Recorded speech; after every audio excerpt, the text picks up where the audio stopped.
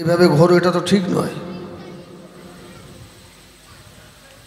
আজকে অন্তত একটু প্রস্রাব ফিরে পারি না, ওযু করো, সুন্নতি লেবাসে একটু মাহফিলে এসে বসো।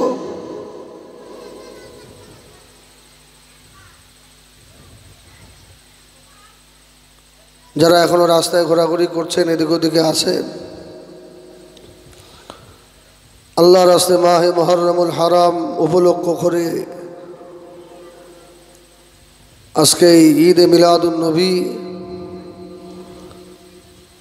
এই মাহফিলের একটা গুরুত্ব আলাদা আছে ভাই। সব এসে মাহফিলে বসেন। আউযু বিল্লাহি মিনাশ শাইতানির রাজীম। বিসমিল্লাহির রহমানির রহিম।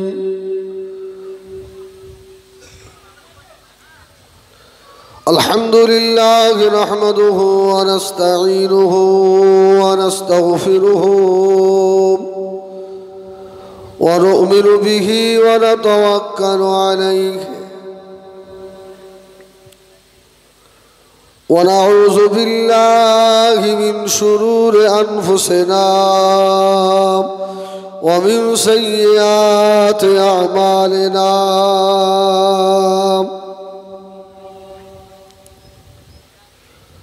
من يهده الله فلا مضل له ومن يضلله فلا هادي له. ونشهد أن لا إله إلا الله وحده لا شريك له. ونشهد أن سيدنا وحبيبنا ومولانا محمدا عبده ورسوله.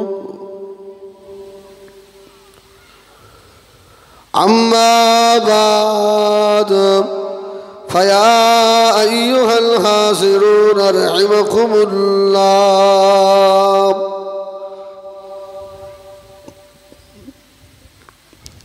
وقال الله تعالى في كلام المجيد والفرقان الحميد: إن الله وملائكته يصلون على النبي يا أيها الذين آمنوا صلوا عليه وسلموا تسليما. اللهم صل على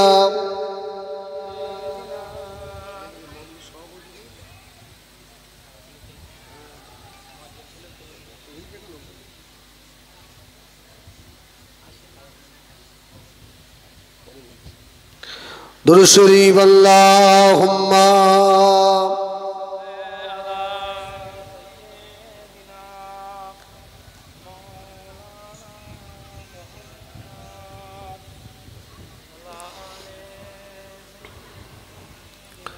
मददगार जिसी का रसूले खुदा हो,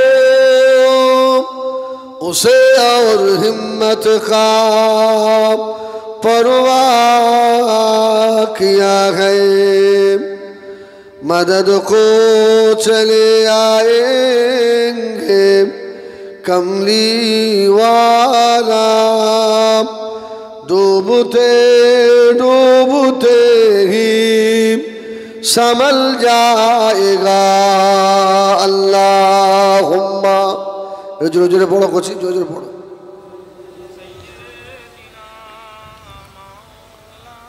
कि सब जोरे पड़े ना कि हलो तो कि बोल दिन।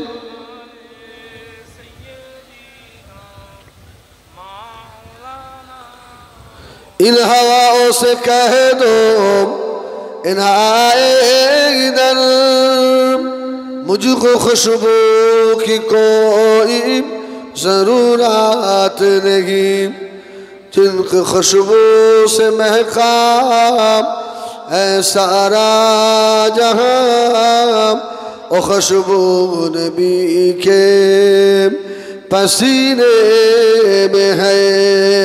अल्लाहुम्मा सल्ली अला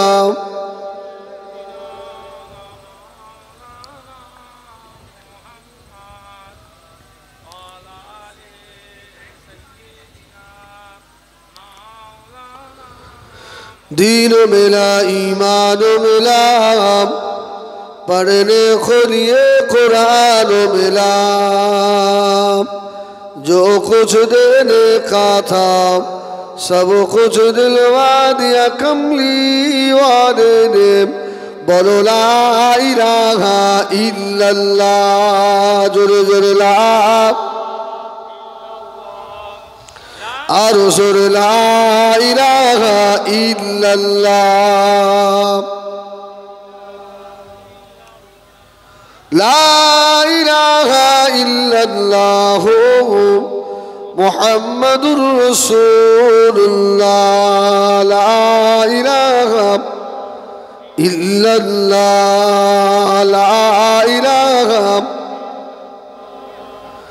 ला इलाहा इल्लल्लाह मुहम्मदुर रसूलुल्लाह। अल्लाहुम्मा सल्ली अला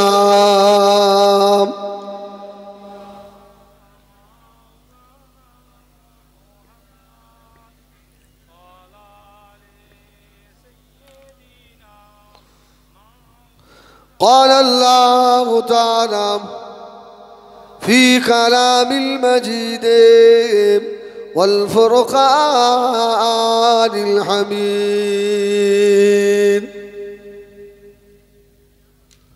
फ़क़ुल तआलौ नदउ अबनाअना व अबनाअकुम व निसाअना व निसाअकुम वअन्फुसना वअन्फुसकुम सुम्मा नब्तहिल फनजअल लअनतल्लाहि अलल काज़िबीन।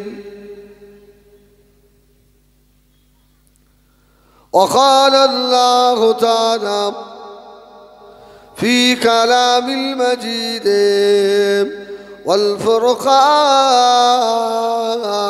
हमीद, इन्नल मुनाफ़िक़ीन फ़िद्दर्किल अस्फ़लि मिनन नार। वक़ाल अन्नबिय्यु सल्लल्लाहु अलैहि वसल्लम अल हसन वल हुसैन सैयद शबाब अहलिल जन्नह। प्यारे हाज़िरान मजलिस, আজকে আমাদের চানকিয়ার ঈদগাহ ময়দানে মাহে মুহররম উপলক্ষ করে বাৎসরিক ইসালে সওয়াব মাহফিলের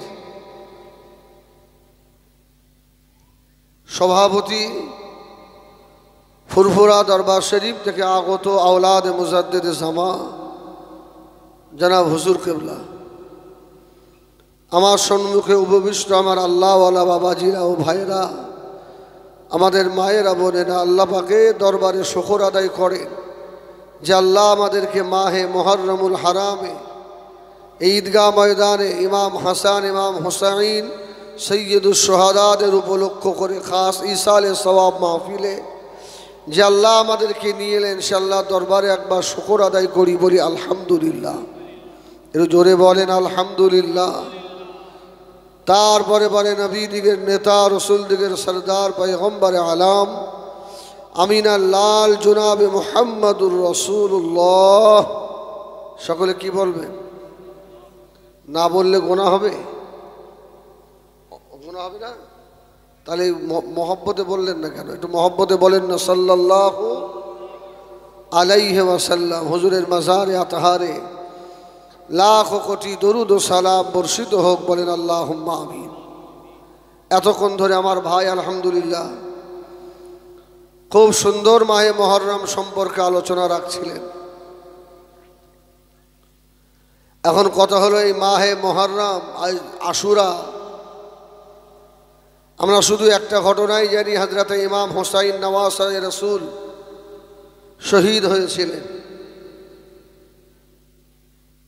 কিন্তু এই মাহে মুহররম এই আশুরা তো এর সূচনা দুনিয়ার শুরু থেকেই, জোরে বলুন সুবহানাল্লাহ, দুনিয়া শুরু থেকেই ইমাম হুসাইন রাদিয়াল্লাহু তাআলা শাহাদাত এই আশুরায় ৯ই মুহররমে হয়েছিল বলেই ইমাম হুসাইনের শাহাদাতের মর্যাদা আল্লাহ বাড়িয়েছেন, জোরে বলুন সুবহানাল্লাহ। সমস্ত নবী আলাইহিমুস সালামদের দোয়া আল্লাহ কবুল করেছেন। এই মাহে মুহররমে যে আল্লাহ রহমতের বাড়ি আল্লাহ সর্বপ্রথম দুনিয়ায় বর্ষণ করেছেন, এই দুনিয়া আল্লাহ পাক ধ্বংস করবেন, কিয়ামত হবে না? হবে না। কুল্লু মান আলাইহা ফান ওয়া ইয়াবকা ওয়াজহু রাব্বিকা যুল জালালি ওয়াল ইকরাম। একদিন কিছুই থাকবে না, সেদিন আল্লাহ পাক একা থাকবেন। লিমানিল মুলকুল ইয়াউম লিল্লাহিল ওয়াহিদিল কাহ্হার। সব একদিন শেষ হয়ে যাবে। আল্লাহ সেদিন বলবেন, আজকে দুনিয়ার রাজা বাদশারা সব কোথায়? এত অহংকার কিসের? অহংকার একমাত্র আল্লাহ করতে পারে, এছাড়া অহংকার করার অধিকার কারো। তুমি হাফেজ হও, মাওলানা হও, মুফতি হও, মনে হিংসা পুষে রাখবে, মনে অহংকার পুষে রাখবে, তোমার নামাজ, তোমার রোজা, তোমার হজ, তোমার যাকাত, তোমার তাসবিহ, তোমার তাহলিল, তোমার কোরআন সব বরবাদ। যাও, সারা জীবন অস করে গেলাম, হিংসা করো না, তাকাব্বুরি করো না, মানুষের শত্রুতা করো না। আবার দেখবেন এই মৌলী সাহেবরাই নবীর মেম্বারে বসে বসেই শত্রুতা করে, আছে না নেই? এর বিরুদ্ধে বলে, ওর বিরুদ্ধে বলে। একটা বক্তা আসছে তো আর একটা বক্তা মুখ টানাটানি করছে, হচ্ছে না? হচ্ছে না?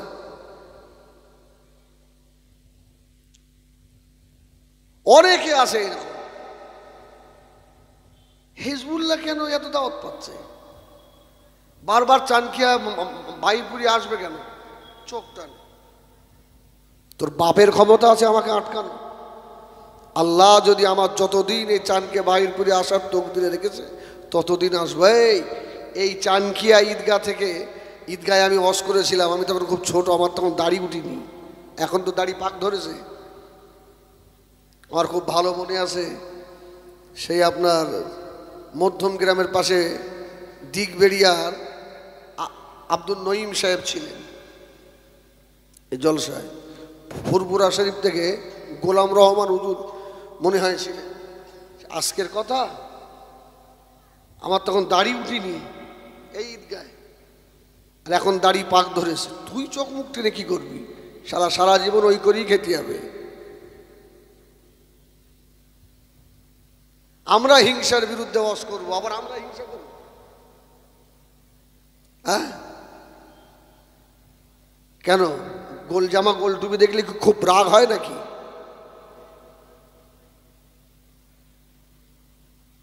আমার ভাইয়েরা, সবসময় মাথায় রাখতে হবে, রাসূল পাক সাল্লাল্লাহু আলাইহি ওয়াসাল্লাম আবু হুরায়রার হাত ধরে কয়েকটা নসিহত করেছিলেন। আবু হুরায়রা রাদিয়াল্লাহু আনহু কয়েকবার বেহুশ হয়েছিলেন। এক শ্রেণীর আলেমদেরকে আল্লাহ জাহান্নামায় দেবে, আর এদেরকে দিয়ে আল্লাহ জাহান্নামার আগুন জ্বালাবে। এলেম অনুযায়ী যদি আমল না থাকে, তা এই এলেমটা কোন মৌলী সাহেবের নেই যে হিংসা করতে নেই? সব মৌলী সাহেবের আছে না নেই? আবার হিংসাটা আসে করতে গেলে তোমার শেষ হয়ে যেতে হবে। ইমাম হুসাইন রাদিয়াল্লাহু আনহু শহীদ হওয়ার একটাই কারণটা হলো ইমাম হুসাইন অন্যায়কে তিনি মেনে নিতে পারেননি। জোরে বলুন সুবহানাল্লাহ। হকের ওপরে ছিলেন, বাতিলকে মেনে নিতে পারেননি। ইমাম হোসাইন যদি ইয়াজিদকে খলিফা বলে মেনে নিতেন, আর কোনো ঝামেলা ছিল? কোনো ঝামেলা ছিল না। কিন্তু ইমাম হোসাইন বলেছিলেন, যে চেয়ারে রসুলুল্লাহ বসেছেন, যে চেয়ারে আবু বাকারের মতো খলিফা বসেছেন, যে চেয়ারে ওমরের মতো খলিফা বসেছেন, যে চেয়ারে উসমান বসেছেন, অর্থাৎ আলী রাদিয়াল্লাহু তাআলা বসেছেন, ইমাম হাসান বসেছেন, যে চেয়ারে আমিরে মাবিয়ার মতো তার বাপ কাতেবে ওহী, যিনি আল্লাহর কোরআন লিখতেন, জোরে বলুন সুবহানাল্লাহ, এত বড় সাহাবী যে চেয়ারে বসেছেন, ওই চেয়ারে এজিদের মতো মানুষকে আমি হোসাইন মেনে নিতে পারবো না, জোরে বলুন সুবহানাল্লাহ। এখন বলেন, আমাদের সমাজের দিকে একটু তাকাই না। মসজিদ কমিটির সেক্রেটারি আগে ছিল মুসল্লি চাপ দাড়িওয়ালা, এখন সব পার্টির যারা নেতা এরা সব মসজিদ কমিটিতে আসছে। একক তো নামাজ পড়ে না এর মসজিদ কমিটির সেক্রেটারি, কেউ মসজিদ কমিটির সদস্য আছে না নেই? মাদ্রাসা কমিটির সেক্রেটারি, ওকে রাখতে, ওকে পদ দিতেই হবে, তার মধ্যে একক তো নামাজ নেই। এই অন্যায়গুলো আমরা সাপোর্ট করছি। তাহলে আমরা হোসাইনের দলে না এজিদের দলে? না, যারা অন্যায়কে সাপোর্ট করে এরা হোসাইনের নয়, এরা এজিদের দলে। আর যারা অন্যায়ের প্রতিবাদ করে, এক ঘরে হয়ে যায়, মসজিদে উঠতে দেয় না, এরা ইমাম হোসাইনের দলে, জোরে বলুন সুবহানাল্লাহ। এখন দেখছেন না, দাড়ি টুপিওয়ালা লোক হকের পথে আছে, মুসলমানের ছেলেরাই রাস্তায় আটকে ধরে মারতে যাচ্ছে। কি ঝেড়ে খাওয়া হবে না, মেরে খাওয়া হবে না কেন? মৌলভী সাহেব যদি নেতা হয়, মৌলভী সাহেব তো হক কথা বলবে। কি অতএব মৌলভী সাহেবদেরকে এই লাইনে আনা যাবে না। এখন ফতোয়া মৌলভী সাহেব দেবে কি? সমাজের মত করে গাঁদা করগুলো দেয়। মৌলভী সাহেবরা পীর সাহেবরা পার্টি করবে কেন? তোর বাপ করবে? হ্যাঁ, অন্যায় সমাজে হচ্ছে, এই অন্যায়ের যদি প্রতিবাদ করতে না পারি, তাহলে ইমাম হোসাইনের নামে মাহফিল দিয়ে কি হবে? কি নবী আমার তিন দুনিয়ার বাদশাহ হাবিবুল্লাহ জনাবে মুহাম্মদুর রাসূলুল্লাহ সাল্লাল্লাহু আলাইহি ওয়াসাল্লাম, নবী আমার জীবনে একবার হজ করেছিলেন। আল্লাহ নবীর প্রথম হজ, আল্লাহ নবীর বিদায় হজ। নবী আমার বিদায় হজে আরাফাতের ময়দানে আল্লাহ নবী দাঁড়িয়ে ভাষণ দিয়েছিলেন। ও আমার বেঈমানেরা, রাসূলুল্লাহ বলেছিলেন, তারাকতু ফীকুম আমরাইন লান তাদিল্লু মা তামাসসাকতুম বিহিমা কিতাবাল্লাহ ওয়া সুন্নতি রাসূলিহি। আল্লাহ নবী এই ভাষণ দেওয়ার পরে আল্লাহ নবী সাহাবায়ে কেরামরা শান্ত হলেন। নবী আমার আরাফার ময়দান থেকে চলে যাওয়ার পথে আর একটা ভাষণ দিয়েছিলেন,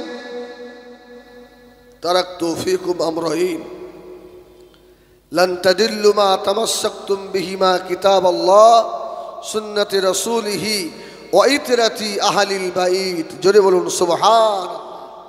রাসূল বলল, আমার ইন্তেকালের পরে তোমরা পথভ্রষ্ট হবে না। তিনটে জিনিস তোমাদের অনুসরণ করতে হবে। একটা হলো আল্লাহর কোরআন, জোরে বলুন সুবহানাল্লাহ। দ্বিতীয় নম্বর রাসূলের সুন্নাহ। তৃতীয় নম্বর রাসূল বললেন, যারা আমার আহলে বায়াত, জোরে বলুন সুবহানাল্লাহ। এই আহলে বায়াত কারা? ও আমার বেঈমানেরা, ইমাম হোসাইনের নামে ইসালে সওয়াব এই যে মুহররম মাসে হচ্ছে, এই মুসলমানের ছেলের ভিতরে এসিদের দলের কিছু লোক আছে বাবা, এরা ফতোয়া দেওয়া শুরু করে দিয়েছে, এগুলো দেওয়া যাবে না, এগুলো বেদাত। এই ফতোয়া দেয় না, দেয় ফতোয়া দিচ্ছে না, এগুলো করা যাবে না, এগুলো বেদাত। ও ও আমার ভাইজানেরা, সোনা মানিকেরা, আখিরি জামানা আপনার ঈমান যদি নষ্ট করতে হয়, দাড়িওয়ালা টুপিওয়ালারা নষ্ট করে দেবে, দাড়ি কাটারা সহজে পারবে না। ওসব দিচ্ছিস কেন? ওসব দিয়ে লাভ কি? আছে না নেই? আমাদের দিক মাশাআল্লাহ ভালো। আমরা তো সারা বাংলা ঘুরি, এক এক জায়গায় এক এক ধরনের, এক এক রকম। নবীর নামে দরুদও পড়তে দেয় না মাহফিলে। দরুদ পড়লে নামিয়ে দেবে আপনাকে স্টেজ থেকে, যাও। ও আমার ভাইজানেরা, সোনা মানিকেরা, নবী আমার ফরমাচ্ছেন, আমার আহলে বায়াতের ভালোবাসো বাবা। এই আহলে বায়াত কারা? নবী আমার মদিনার মসজিদে নববী শরীফে ফজরের নামাজ আদা করে আল্লাহ নবী মদিনার মসজিদ থেকে বার হতে, ধরে বলুন সুবহানাল্লাহ। এই বাবু সালাম গেট যেদিকে আল্লাহ রসুলের সালাম দেয়, হাজী সাহেবরা যে গেট দিয়ে ঢোকে, ওই গেট দিয়ে বার হলে সোজা একটা 7 নম্বর গেট দেখা যায়। ওই গেট দিয়ে একটু আগে গেলেই হযরতে বাম দিকে হযরতে ফাতেমার ঘর। জোরে বলুন সুবহানাল্লাহ। দোয়া করেন, এই 15ই আগস্ট আবার যাচ্ছি, আল্লাহ নিয়ে যাচ্ছেন, আপনাদের কথা স্মরণ থাকলে দোয়া করবো ইনশাআল্লাহ। কি দোয়া করবো না নাকি? ইনশাআল্লাহ। নবী আমার ফজরের নামাজ পড়ে বার হয়ে আল্লাহ নবী নূরের কদম মোবারক টুক টুক করে তোলে। বুবুজান হযরত ফাতেমা রাদিয়াল্লাহু তাআলা আনহার হুজরা শরীফের সম্মুখে এসে দাঁড়াতেন। জোরে বলুন সুবহানাল্লাহ। আল্লাহ রাসূল এসে দাঁড়িয়েছে। ও আমার ভাইজানেরা, আল্লাহ নবী দুই হাতে দুটো তরবারি, হযরত ইমাম হাসান হযরত ইমাম হুসাইন আল্লাহ নবীকে দেখতে পেয়ে গেল। হযরত ইমাম হুসাইন ছুটে চলে এসে আল্লাহ নবীর কাছে চলে এলো। আল্লাহ নবীর গায়ে ছিল কালো চাদর। নবী আমার হযরত ইমাম হুসাইনকে আল্লাহ নবী ডান বগলের তলায় নিয়েছিলেন। জোরে বলুন সুবহানাল্লাহ। ইমাম হাসান দেখতে পেয়েছে, বড় ভাই নানার চাদরের ভিতরে। হযরত ইমাম হাসান ছুটে চলে এলো। আল্লাহ নবী আবার ইমাম হাসানের পাশে নিলেন। হযরত বুবুজান ফাতেমা রাদিয়াল্লাহু তাআলা আনহা ফাতেমাও দেখতে পেলেন। হযরত আব্বাজান মুহাম্মদুর রাসূলুল্লাহ দাঁড়িয়ে, হযরত ফাতেমাও ছুটে চলে এলেন। আল্লাহ নবী চাদর উঁচু করলেন। হযরত ফাতেমা রাসূলুল্লাহর বাম বগলের তলায় আল্লাহ নবী ধরলেন। হযরত আলী রাদিয়াল্লাহু তাআলা আল্লাহর নবীকে দেখতে পেয়ে হযরত আলীও চলে এলেন। নবী আমার এই 4 জন আল্লাহর নবীকে নিয়ে 5 জন নবী আমার বলেছিলেন, আল্লাহুম্মা হাউলাই আহলে বাইত, আল্লাহ এরা হলো আমার আহলে বায়াত। জোরে বলুন সুবহানাল্লাহ। তাহলে আহলে বায়াত কারা? ইমাম হাসান হুসাইন, ফাতেমা, আলী, রাসূলুল্লাহ। জোরে বলুন সুবহানাল্লাহ। তাদের নামে মাহফিল, মুসলমানের ছেলে ইয়েজিদের দল বারণ করছে, মাহফিল দিচ্ছিস কেন? হ্যাঁ, মাহফিল দিয়ে কি হবে? আমার ভাইজানেরা, সোনা মানিকেরা, এই সোহাদা কারবালার ঘটনা বলতে গেলে খেলাফত টানতে হবে। আমার রাসূল ইন্তেকাল হলেন 61 বছর, 61 হিজরিতে আপনার এই কারবালা সংগঠিত হয়েছিল। রাসূলের ইন্তেকালের বহু পরে, ও রাসূলের জামানায় নয়, রাসূলের অনেক পরে রাসূলুল্লাহ ইন্তেকাল হলেন। ইন্তেকালের পরে আবু বকর খলিফা হলেন। এই আমিরুল মুমিনিন লাকাব হযরত আবু বকর থেকে নয়, এই আবু বকর, ওমর, উসমান, হযরত আলী, এই চারজনের মধ্যে শহীদ কজন? এই শহীদ হয়েছিলেন কজন? হযরত ওমর রাদিয়াল্লাহু তাআলা শহীদ, উসমান রাদিয়াল্লাহু তাআলা শহীদ, হযরত আলী রাদিয়াল্লাহু তাআলা শহীদ। আবু বকর কিন্তু শহীদ নয়, জোরে বলুন সুবহানাল্লাহ। হযরত ওমর রাদিয়াল্লাহু তাআলা শহীদ হলেন। উমরের পরে খলিফা কে হলো? হযরত উসমান। এই উসমানের পরে, উমরের পরে 3 দিনের জন্য একটা অন্য খলিফা ছিল। তারপরে ওসমান রাদিয়াল্লাহু তাআলা খেলাফতের আসনে বসলেন। এই শহাদা কারবালা কোথা থেকে শুরু হলো?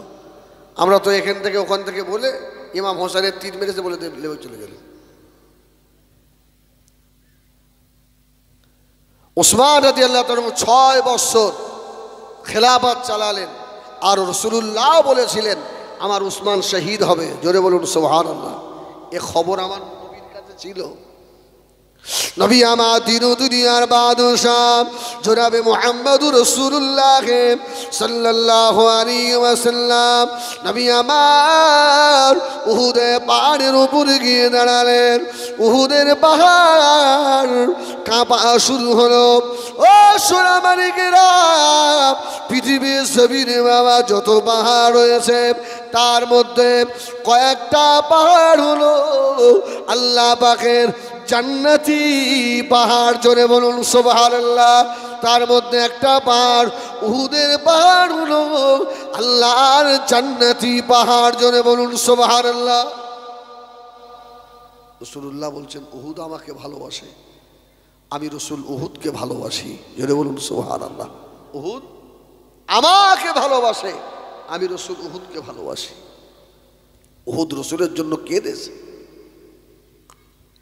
আমরা কদিন কেঁদেছি? রাসূলের আশিক বলেন কদিন কেঁদেছেন নবীর জন্য? উহুদের পাহাড় কেঁদেছে। সুবহানাল্লাহ বলে। হিংসা করো। আল্লাহ নবী উহুদের পাহাড়ের ওপরে দাঁড়ালো। উহুদের পাহাড় কাঁপা শুরু হয়ে গেল। নবী আমার উহুদের পাহাড়ের উপরে লাঠি দিয়ে ঠেস দিলেন। আল্লাহ নবী ঠেক দিয়ে বলেছিলেন এই উহুদের পাহাড় কেন তুমি এত কাঁপো? তুমি কি জানো না তোমার উপরে আল্লাহ পাকের একজন নবী দাঁড়িয়ে রয়েছে? জোরে বলুন সুবহানাল্লাহ। এই উহুদের পাহাড় তুমি কি জানো না তোমার ওপরে একজন সিদ্দিক দাঁড়িয়ে রয়েছে? ওই সিদ্দিক হলেন আল্লাহ নবীর বড় খলিফা হযরত আবু বকর সিদ্দিক। জোরে বলুন সুবহানাল্লাহ। এই উহুদের পাহাড় তোর ওপরে 2 জন শহীদ দাঁড়িয়ে রয়েছে। একজন হলো হযরত উসমান গনি রাদিয়াল্লাহু তাআলা আনহু, আর একজন হলেন হযরত উমর রাদিয়াল্লাহু তাআলা আনহু। জোরে বলুন সুবহানাল্লাহ। রাসূল আগেই বলে দিলেন এই উহুদ তোর উপরে 2 জন শহীদ দাঁড়িয়ে রয়েছে। জোরে বলুন সুবহানাল্লাহ। তাহলে নবীর কাছে খবর আসে না নেই? এই নবীর কাছে খবর ছিল না? ছিল না? কানার ঘরের কানা। এই নবী যদি কিয়ামত পর্যন্ত কি হবে নবী সব নবীকে আল্লাহ জ্ঞান দিয়ে দিয়েছিলেন। জোরে বলুন সুবহানাল্লাহ। তবে এই আকীদা আমাদের নয় যে নবী ইলমে গায়েব জানে, এটা নয়। রাসূলুল্লাহকে যেটা আল্লাহ জানান রাসূল সেটাই জানে। জোরে বলুন সুবহানাল্লাহ। এই জন্য দেখেন মুজাদ্দিদ জামানের সিলসিলা একদম স্বচ্ছ সিলসিলা। জোরে বলুন সুবহানাল্লাহ। আমাদের বোঝার ভুল হচ্ছে, আমরা এদিক ওদিক ছুটছি। আরে কোন পীর সাহেবের ছেলে কি করলো আমার দেখার নেই। আমার উদ্দেশ্য হলো মুজাদ্দিদ জামান দাদা হুজুর রহমাতুল্লাহ আলাইহি। জোরে বলুন সুবহানাল্লাহ। আমার ভাইয়েরা, সব খবর রসুলের কাছে থাকতো না? থাকতো না। তাই রসুল আগে কি করে বললেন আমার উসমান শহীদ হবে?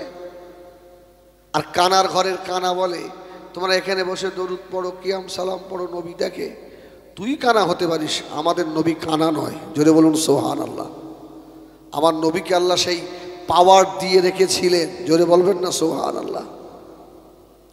আল্লাহ নবীর খদিজা টুকরা সাহাবী হযরত ওসমান গনি রাদিয়াল্লাহু তাআলা হুজুর আমার 6 বছর খলিফার পদে যখন 6 বছর হয়ে গেল, ওই সময় ওই মক্কা শরীফে একজন মানুষের নাম হলো আব্দুল্লাহ ইবনে সাবা। এই নামটা খেয়াল রাখবেন। কি নাম? আব্দুল্লাহ ইবনে সাবা। এই আব্দুল্লাহ ইবনে সাবার গোষ্ঠী আমাদের ভিতরেও আছে। একজন এক দ্বারা দিনের খুব ভালো কাজ হচ্ছে, আর এক মৌলভী সাহেবকে আটকে দিচ্ছে, হতে দেবে না।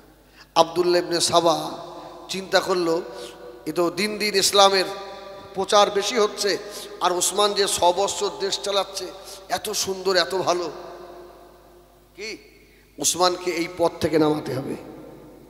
এই শুরু হলো। নামটা খেয়াল রাখবেন, আব্দুল্লাহ ইবনে সাবা। আচ্ছা, আব্দুল্লাহ নামটা শুনে কি মনে হচ্ছে? মুসলমান না, পাক্কা ইহুদি। কি নাম? পাক্কা ইহুদি। হ্যাঁ, এখানে আব্দুর রহমান, আব্দুল্লাহ, আব্দুল খালেক, আব্দুল জব্বার আছে, পাক্কা বদ।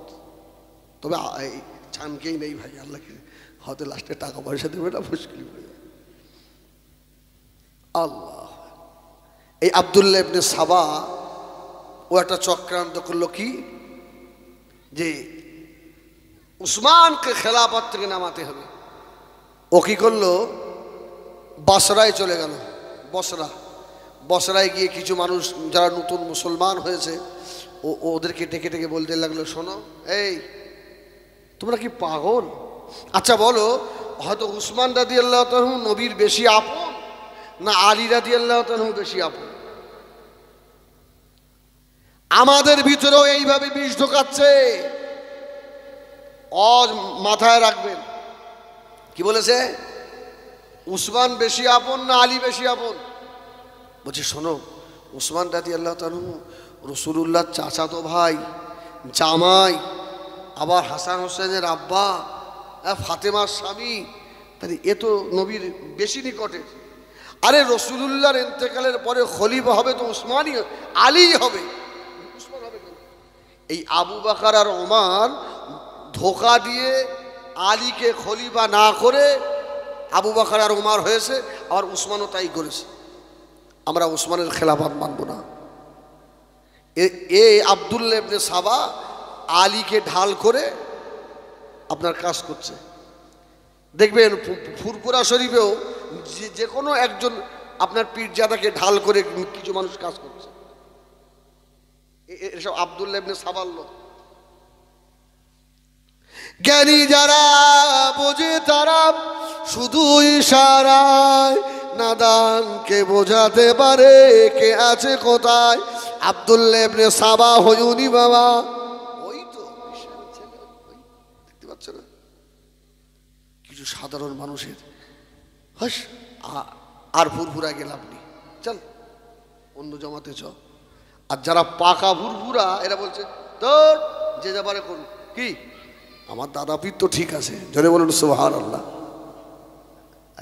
ওই বসরার কিছু মানুষ যারা সত্যি রসুলকে ভালোবাসে, জ্ঞানী, এরা বললে এই শয়তান, বুঝতে পেরেছি তুই আমাদের মধ্যে ডিভাইডেড করছিস, দল করতে চাচ্ছিস, বেরো ওখান থেকে। বসরা থেকে বার করে দিস। আমরা তো আর বার করতে পারিনি, কি আমাদের মধ্যেই সব আপনার রয়ে গেছে। ও আব্দুল্লাহ ইবনে সাবা বসরা থেকে বার হয়ে এসে আপনার ওই কুফায় চলে গেছে। কুফার মানুষদের বলছে, শোনো, আরে খলিফা হবে তো আলী হবে, এই আবু বকর ওমর উসমান হবে কেন? রাসূলুল্লাহর আপন আলী। ওদের মাথায় এই বিষ ঢুকিয়ে দিয়েছে। ওখানেও যারা পাক্কা লোক, ওরা বললে শয়তান বেরো, তুই ভালো নয়। এবার ও একটা অন্য অস্ত্র ব্যবহার করছে। খুব মাথায় রাখেন, শুধু এই কারবালার ইতিহাস নয়, এর মধ্যে সব থাকবে। বাস্তবের সঙ্গে মিল আছে কারবালা। ওই আব্দুল্লাহ ইবনে সাবা বেঈমান ইহুদির বাচ্চা ছুটে ছুটে চলে এলো মক্কা শরীফে। আব্দুল্লাহ ইবনে সাবা মনে করলো এবার আমাকে মুসলমান হতে হবে, আমাকে কলমা পড়তে হবে, তা নয় তো ওসমানকে শহীদ করা যাবে না। একদম মক্কা শরীফে চলে এসছে, কাবা শরীফের পাশে দাঁড়িয়ে এসে বলছে, শোনো,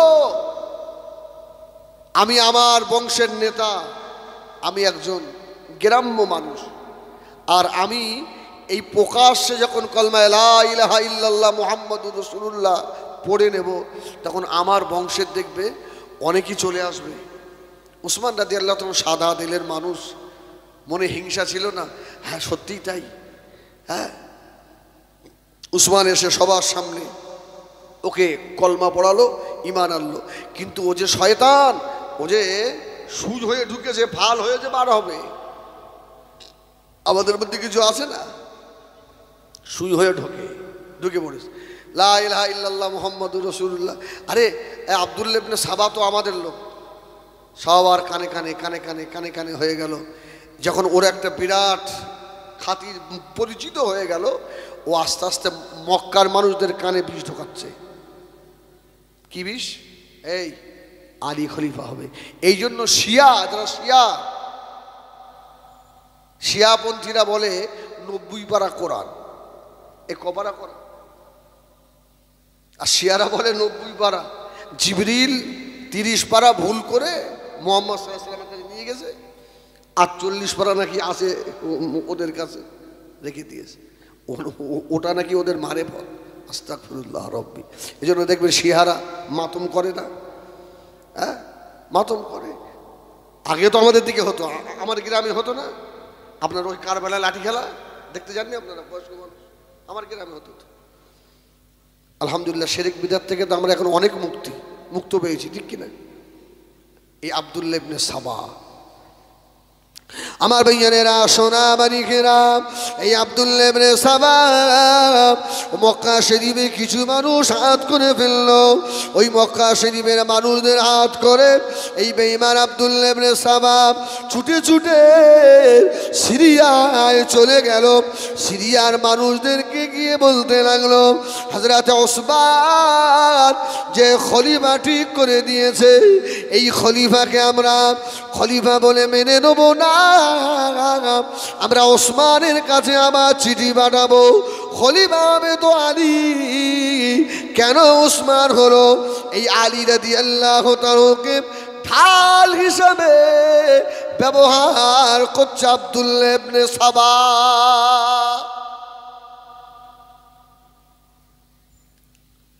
খুব ধ্যান দিয়ে শোনেন, আমাদের সমাজেও আব্দুল্লাহ ইবনে সাবা ঘুরে বেড়াচ্ছে বাবা।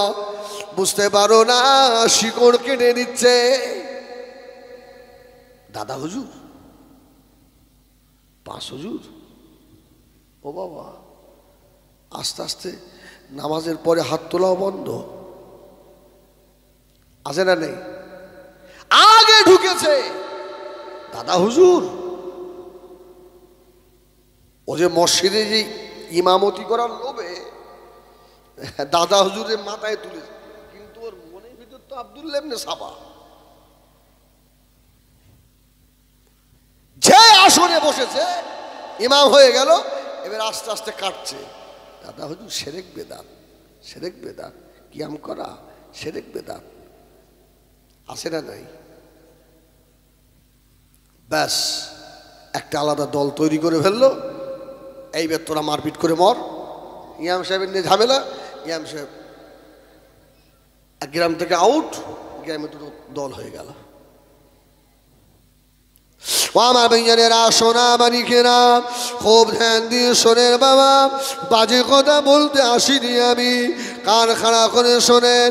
এই আপনার ওখানে গিয়ে আব্দুল্লাহ ইবনে সাবা কুড় লাগিয়ে দিল। ওখান থেকে উসমানের কাছে চিঠি এসছে যে আমাদের খলিফা ভালো নয়, আপনি একটা অন্য খলিফা আমাদের দেন, অন্য খলিফা ঠিক করে দেন। ওসমান রাদিয়াল্লাহু তাআলা চিঠি দেখে বলল, ঠিক আছে, তোমাদের একটা ভালো খলিফা লাগবে, তা খলিফা কাকে দিই বাবা, কাকে দিই? আবু বকর সিদ্দিকের ছেলে মুহাম্মদ বিন আবি বকরকে ঠিক করেছে। জোরে বলুন সুবহানাল্লাহ। এই কার ছেলে? আবু বকর সিদ্দিকের ছেলে মুহাম্মদ বিন আবি বকর। ওসমান রাদিয়াল্লাহু তাআলা সরকারি প্যাডে চিঠি লিখলেন, সিল সাপ্পড় মেরে বলল, বাবা, এই আবু বকরের ছেলে মুহাম্মদ, এই চিঠি নিয়ে চলে যাও, সিরিয়ায় চলে যাও। মুহাম্মদ বিন আবি বকর খুব খুশি, চিঠি নিয়ে সামদেশে ঢুকবে। এদিকে ওসমান গনির পাশে থাকা মানুষ, নাম হচ্ছে মারওয়ান। কি নাম? মারওয়ান। এই আর এক শয়তান। এই মারওয়ান একটা ওই প্যাড চুরি করে নিয়ে নকল চিঠি লিখে ওসমান গনির স্বাক্ষর নকল করে স্ট্যাম্প মেরে একজনের হাতে দিয়ে বলছে, মুহাম্মদ বিন আবি বকর ঢোকার আগে এই চিঠি দিয়ে দিবি। কিন্তু ওই দেশে ঢোকার আগেই তো এর সঙ্গে দেখা হয়ে গেছে। আর এই মারওয়ান যাকে নকল চিঠি দিয়ে পাঠাচ্ছে, এই চিঠিটা নিয়ে গিয়ে মুহাম্মদ বিন আবি বকরের হাতে দিয়ে দিয়েছে। মুহাম্মদ বিন আবি বকর চিঠিগুলি দেখছে, কি সর্বনাশ! রাসূলুল্লাহর একজন জলিলুল কদর সাহাবী, আর সে আমাকে খলিফা বলে পাঠিয়ে আবার পাল্টা চিঠি পাঠাচ্ছে। উসমান এত বড় নেমো খারাম! বলুন নাস্তাগফিরুল্লাহ রাব্বি। এখানে কি উসমান গনির হুজুরের কোনো দোষ আছে? দোষ নেই। যারাই পীর সাহেবদের সঙ্গে থেকেছে, বসে খেয়েছে, এখন স্বার্থ একটু কম পাচ্ছে, এসে ওই শয়তানগুলোই বলবে, মানবি ওদের, ওদের চরিত্র জানিস? আসে না নেই? হ্যাঁ, মসজিদের ইমামগুলো বলছে, ওদের চিনিস? সারা জীবন ওই 2000 টাকার মসজিদে ইমামতি করে মরতে হবে তোর, লাল নোট তোর দেখতে হবে না।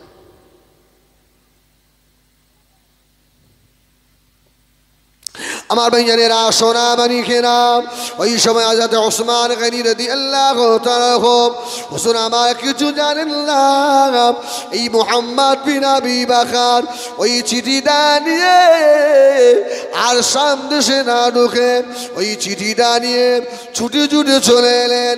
বিচার কোথায় দেবেন? আল্লাহ নবীর কলিজা ছেঁড়া সাহাবী হযরত আলী রাদিয়াল্লাহু তাআলার কাছে গিয়ে বললেন, ও আল্লাহ নবীর জামাতা শের খোদা আলী, হযরত ওসমান যে এত বড় নেমো খারাপ, আমাকে খলিফা বলে পাঠিয়ে এই দেখেন আবার কি চিঠি পাঠিয়েছেন। হযরত আলী জানেন আমার ভাই ওসমান এত বড় নেমো খারাপই করতে পারে না। জোরে বলুন সুবহানাল্লাহ। আমার রাসূলুল্লাহ ওসমানকে এই ধরনের শিক্ষা দিয়ে যায়নি। জোরে বলুন সুবহানাল্লাহ। আলী বলল, এই দাঁড়াও দাঁড়াও, আমি ওসমানকে ডাকি। জোরে বলুন সুবহানাল্লাহ। তোমরা তো ওসমানের বিরুদ্ধে অনেক কথা বলছো, আমি ওসমানকে ডাকি। হযরত ওসমান গনি রাদিয়াল্লাহু তাআলাকে ডাকা হলো।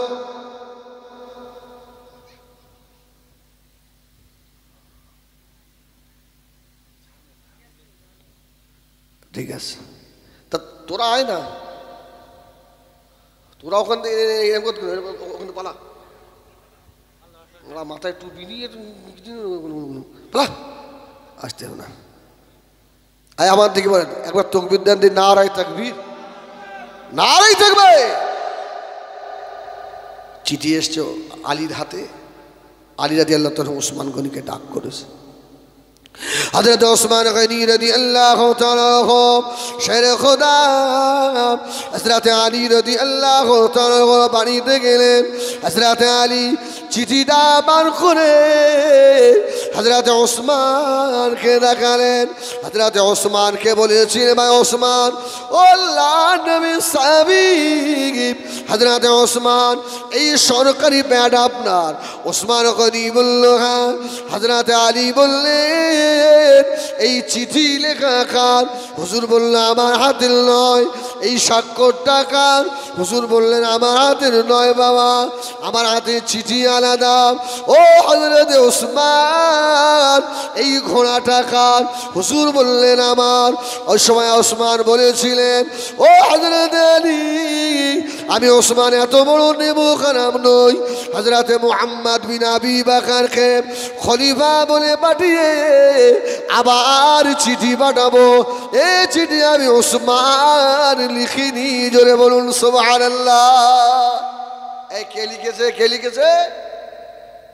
খবর নিয়ে দেখা যাচ্ছে ওসমান গনির পাশে থাকা মানুষ মারওয়ান শয়তান সর্বনাশটা করে দিয়েছে। ও আমার বেজানেরা সোনামানিকেরা, হযরত ওসমানকে আল্লাহ এত বড় দরজা দিয়েছিলেন। হযরত ওসমান জমিনে ঘুরলে আসমানের ফেরেশতারাও লজ্জা পেত। জোরে বলুন সুবহানাল্লাহ। আর একটু জোরে বলুন সুবহানাল্লাহ। হযরত ওসমান রাদিয়াল্লাহু তাআলা চিঠি থেকে অবাক হয়ে গেলেন। এদিকে সেই আব্দুল্লাহ ইবনে সাবা, কি নাম বলেছিলাম? সেই শয়তান। হযরত ওসমান গনি রাদিয়াল্লাহু তাআলা হুজুর আমার মসজিদে জুমার নামাজ পড়াচ্ছেন, খুতবা দিচ্ছেন। এই আব্দুল্লাহ ইবনে সাবা মাঝখান থেকে দাঁড়িয়ে পড়ল। ও হযরত ওসমান আপনাকে আমরা খলিফা বলে মানি না। এদিকে তো মক্কায় কিছু লোক হাত করে রেখেছে, খলিফা আবু বকর ওমর উসমান হবে কেন? হবে তো আলী। ওরা আব্দুল্লাহ ইবনে সাবার মানুষ, ওরা আল্লাহর নবীর সাহাবী। হযরত ওসমানের পিছনে নামাজ পড়ে ওরাও দাঁড়িয়ে গেল। ঠিক বলেছো। আসে না নেই সমাজে এরকম? হচ্ছে না? হচ্ছে না? একদম কারবালার সঙ্গে দেখবেন আমাদের সমাজের কিছু মিল আছে। আমার ভাইজানেরা সোনামানিকেরা, আল্লাহ নবী খলিজা সাহাবী হযরত ওসমান গনি রাদিয়াল্লাহু তাআলা যেই বলল ওসমান তোমাকে মানি না, হযরত ওসমান মসজিদের মিম্বারের উপরে বেহুশ হয়ে পড়ে গেলেন।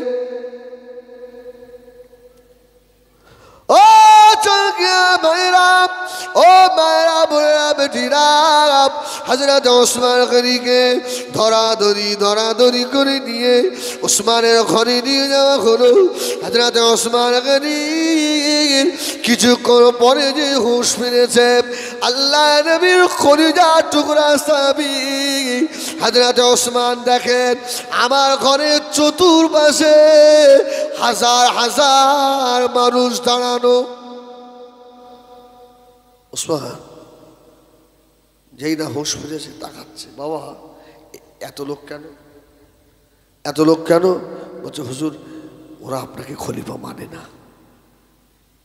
আমার অপরাধ? তা কিছু বলছে না, ওটা আপনাকে খলিফা মানে না। আল্লাহ নবী কলিজা সাহাবী হযরত ওসমান গনিকে ওরা ঘর থেকে বার হতে দেবে না বাবা। আল্লাহ নবীর প্রিয় বিবি আম্মা জান হযরত উম্মে সালমা রাদিয়াল্লাহু তাআলা আনহা ওসমানের ঘরে পানি যেতে দেয় না, খাবারও যেতে দেয় না। আম্মা জান হযরত উম্মে সালমা সহ্য করতে পারে না। হযরত ওসমানের জন্য একটু পানি নিয়ে যাচ্ছিল। এই আব্দুল্লাহ ইবনে সাবার গোষ্ঠীরা আম্মা জানের হাত থেকে পানি নিয়ে ফেলে দিয়েছে বাবা। হযরত ওসমান ঘরের ভিতরে একা হাও হাও করে কাঁদতে লেগেছে বাবা। এ মদিনার সাহাবীরা, এ মদিনার মানুষেরা, আমি ওসমানকে একটু পানি দিবি না? আমার কলিজা ফেটে যায় বাবা। ওই সময় ওসমান গনি শহীদের কয়েকদিন আগে হুজুর আমার ছাদের উপরে উঠলেন। কোন রেওয়ায়েতে জানালার ফাঁক দিয়ে মুখটা বার করে বলেছিলেন, এ আব্দুল্লাহ ইবনে সাবার মানুষেরা, এই মদিনার মানুষেরা সেদিনের কথা কি ভুলে গিয়েছো? আমি ওসমান তোমাদের জন্য বীরের মাথা আর 47,000 দিরহামে কিনে আল্লাহর রাস্তায় তোমাদের দিয়ে দিয়েছিলাম। যদি বলেন এই আমি সেই ওসমান। আরে দাদা হুজুর পীর কেবলার সাজানো বাগান, ঠিক কিনা? তবলিগ দেখাও, সব থেকে বড় তবলিগ হলো মুজাদ্দিদে জামান দাদা হুজুর পীর কেবলা। জোরে বলুন সুবহানাল্লাহ।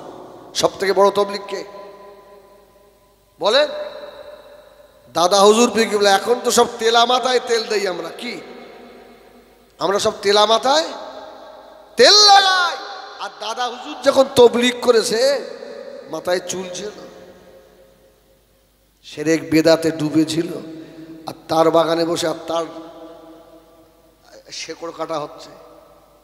আব্দুল্লাহ ইবনে সাবার গোষ্ঠীরা, আমার ভাইজানেরা, সোনা মানিকেরা, হযরত ওসমান বলেছিলেন তোমরা আমাকে পানি দাও। তোমাদের পানির কুয়া বীর রুমা আমি কিনে দিয়েছিলাম, ওরা পানি দিল না। সব থেকে ওসমানের বড় কষ্ট, মদিনায় মসজিদে নববী শরীফে যখন আযান হয়, হাইয়া আলাস সালাহ,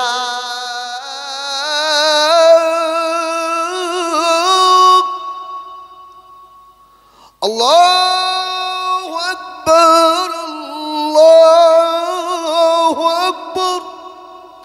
হযরত ওসমান বলেন ওই সময় আমার কলিজা ফেটে যায়, এরা আমাকে বার হতে দেয় না, মদিনার মসজিদে নামাজও পড়তে দেবে না। এই ওসমান ওদের মুখ গলিয়ে বলেছিল তোমরা সেই তারা নয়, তোমরা জানো মসজিদে নববীর এই জায়গা আমি উসমান কিনে দিয়েছিলাম। জোরে বলুন সুবহানাল্লাহ। এই যতটা টাকা লাগে আমি উসমান একা দিয়েছিলাম। আরে সেই মসজিদে তোমরা নামাজ পড়বে, আমি উসমান আমার হবে না। আল্লাহ নবী খলিজা সাহাবী হযরত ওসমান গনি রাদিয়াল্লাহু তাআলা হুজুর আমার শহীদ হবেন। শহীদের একদিন আগে এই সময় আল্লাহ নবীর অনেক সাহাবীরা এসে বলেছিলেন ও ভাই ওসমান, আপনি একবার পারমিশন দেন, আমরা জিহাদ ঘোষণা করে দেব যারা আপনার বিরোধিতা করে। হযরত ওসমান বলেছিলেন আমার দ্বারাই আল্লাহ নবীর সাহাবীর ক্ষতি হবে, আমি উসমান ময়দানে বাসারে আল্লাহ পাকের দরবারে সেদিনে জবাব দিতে পারবো না।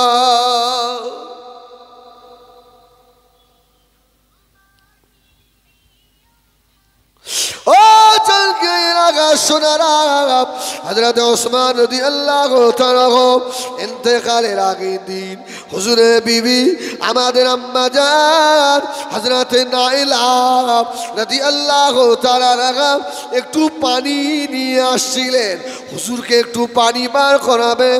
ওরাও সে পানি পান করাতে দিল না।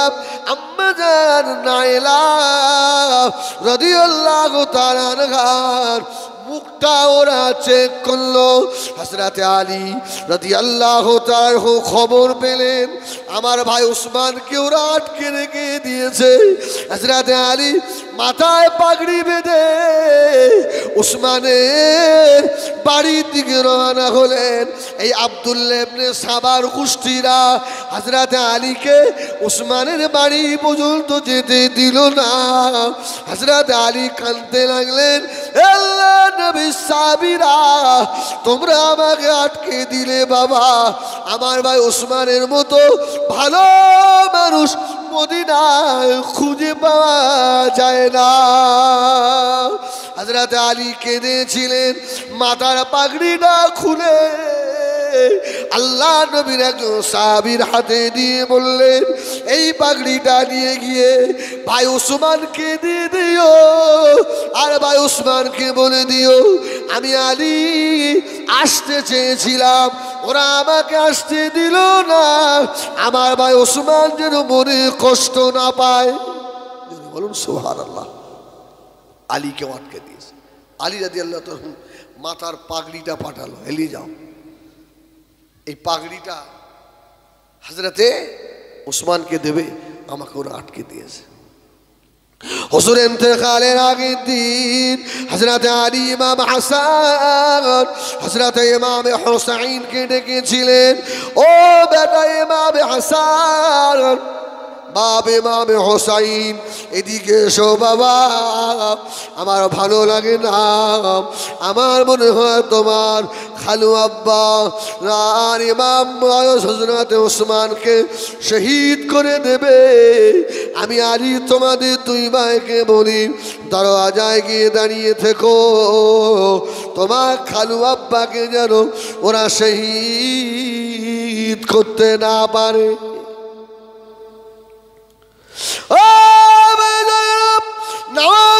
রসুল হযরত ইমাম হাসান হযরত ইমাম হুসাইন দুই ভাই সিংহের বেটা হযরত ওসমানের দরওয়াজায় গিয়ে দাঁড়িয়ে রয়েছে। বাবা, এই আব্দুল্লাহ ইবনে সাবার গোষ্ঠীরা দরওয়াজা দিয়ে ঢুকলো না। হযরত ইমাম হাসান হোসাইনকে দেখে এরা পাঁচিল টপকে যাবে। বাবা, ওই সময় হযরত আম্মা জান নায়েলা ফজরের একটু আগে এক গ্লাস পানি নিয়ে এলো, পানি নিয়ে আসছিল, ওরা আসতে দিল না। বাবা, ওই সময় আম্মা জান নায়েলা হাউ হাউ করে কেঁদেছিলেন, হুজুর আপনি রোজায় থাকবেন, আপনার সেহরি কি হবে, আপনি একটু পানি পান করবেন না? ওই সময় হুজুর বলেছিলেন, ও বিবি নায়েলা, জানো না আর আমি তোমাদের কাছে থাকবো না নায়েলা, আমি গত রাতের বেলা স্বপ্ন দেখেছি মুহাম্মাদুর রাসূলুল্লাহ সাল্লাল্লাহু আলাইহি ওয়াসাল্লাম হযরত আবু বকর হযরত ওমর সে কারা যেন আমার ঘরে সাত থেকে সরিয়ে দেয়। আল্লাহর নবী হযরত আবু বকর হযরত ওমরকে নিয়ে নবী আমার ঘরের ভিতরে নেমে পড়লেন। আল্লাহর নবী আমার গায়ে হাত দিয়ে বলল, ওসমান, ওসমান, তোমার বড় কষ্ট হয়েছে ওসমান, আমি রাসূলুল্লাহ সব জানি। বাবা ওসমান রে, পানির পিপাসায় কলিজা পেটে যাচ্ছে ওসমান, শোনো বাবা, আমি রাসূলুল্লাহ তোমার জন্য হাউজে কাউসারের পানি নিয়ে এসেছি। জোরে বলুন সুবহানাল্লাহ। ও নায়েলা, এই পানি আমি পান করব না, এই পানি আমি খাবো না। আল্লাহ নবী বলে গিয়েছে, ওসমান শুনে রাখো, এই যে সেহরি হয়ে গেল ওসমান, আজকের ইফতারিটা আল্লাহ জান্নাতের ভিতরে এক খানচায় হবে। জোরে বলুন সুবহানাল্লাহ। বিবি নায়েলা রে, আল্লাহ নবী আমাকে বলেছিলেন আমার ওসমান শাহাদাত বরণ করবে।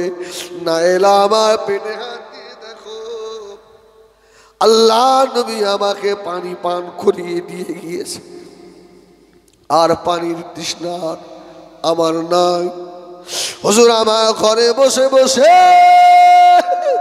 আল্লাহ পাকের পাক কালাম, শরীফ কালাম, মুবারক কালাম, মুকদ্দাস কালাম, নিয়ামতে আলা কালাম, নিয়ামতে উজমা কালাম, আল্লাহ পাকের কোরআন শরীফ হযরত ওসমান তেলাওয়াত করছেন। জোরে বলুন সুবহানাল্লাহ।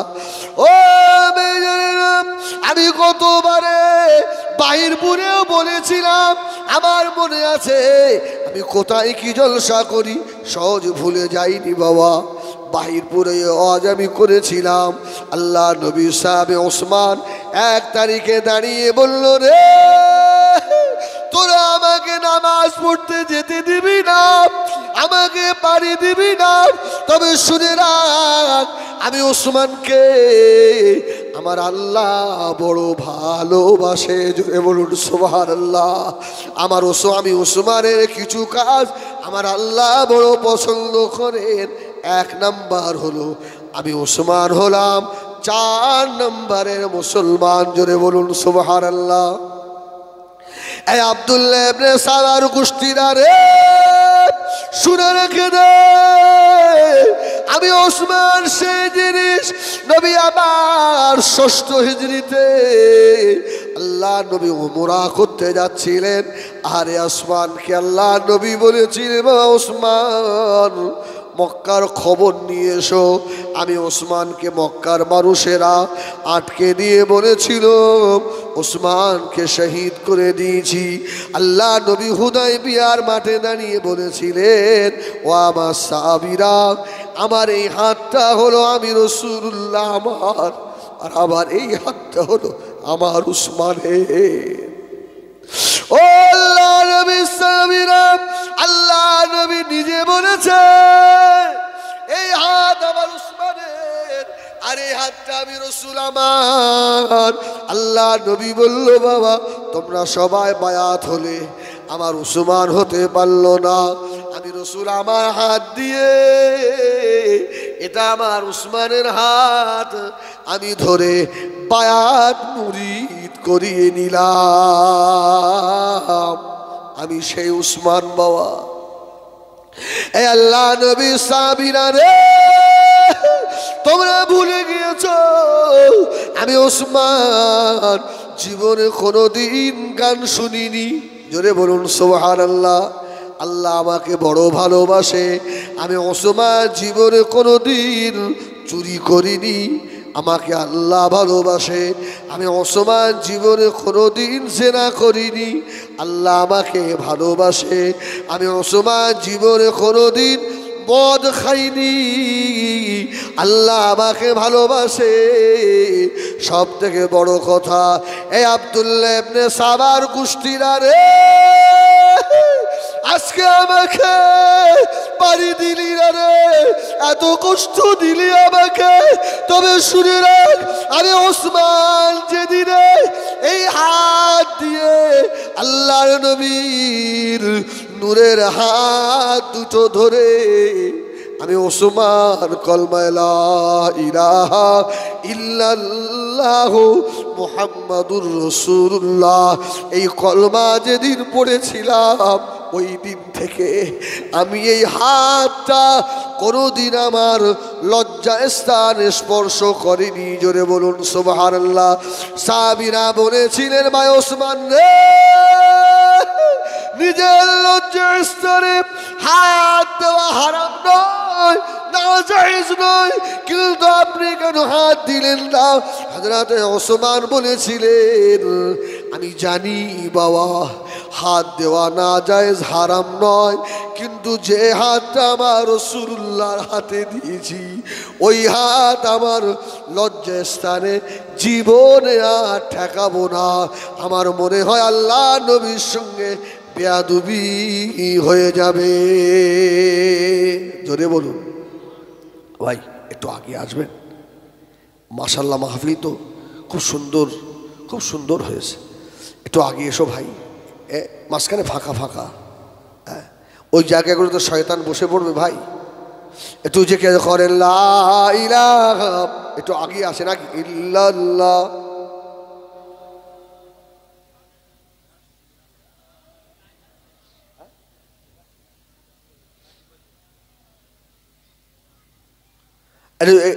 আরে এটা আল্লাহর নাম জোরে নেন না, লা ইলাহা।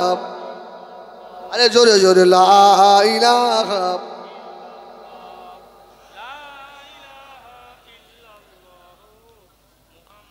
হাসবি রব্বি জাল্লাল্লাহ মা ফি কলবি গায়রুল্লাহ নূর মুহাম্মদ সাল্লাল্লাহ হক লা ইলাহা ইল্লাল্লাহ। একটু জোরে জোরে জিকির করেন লা ইলাহা।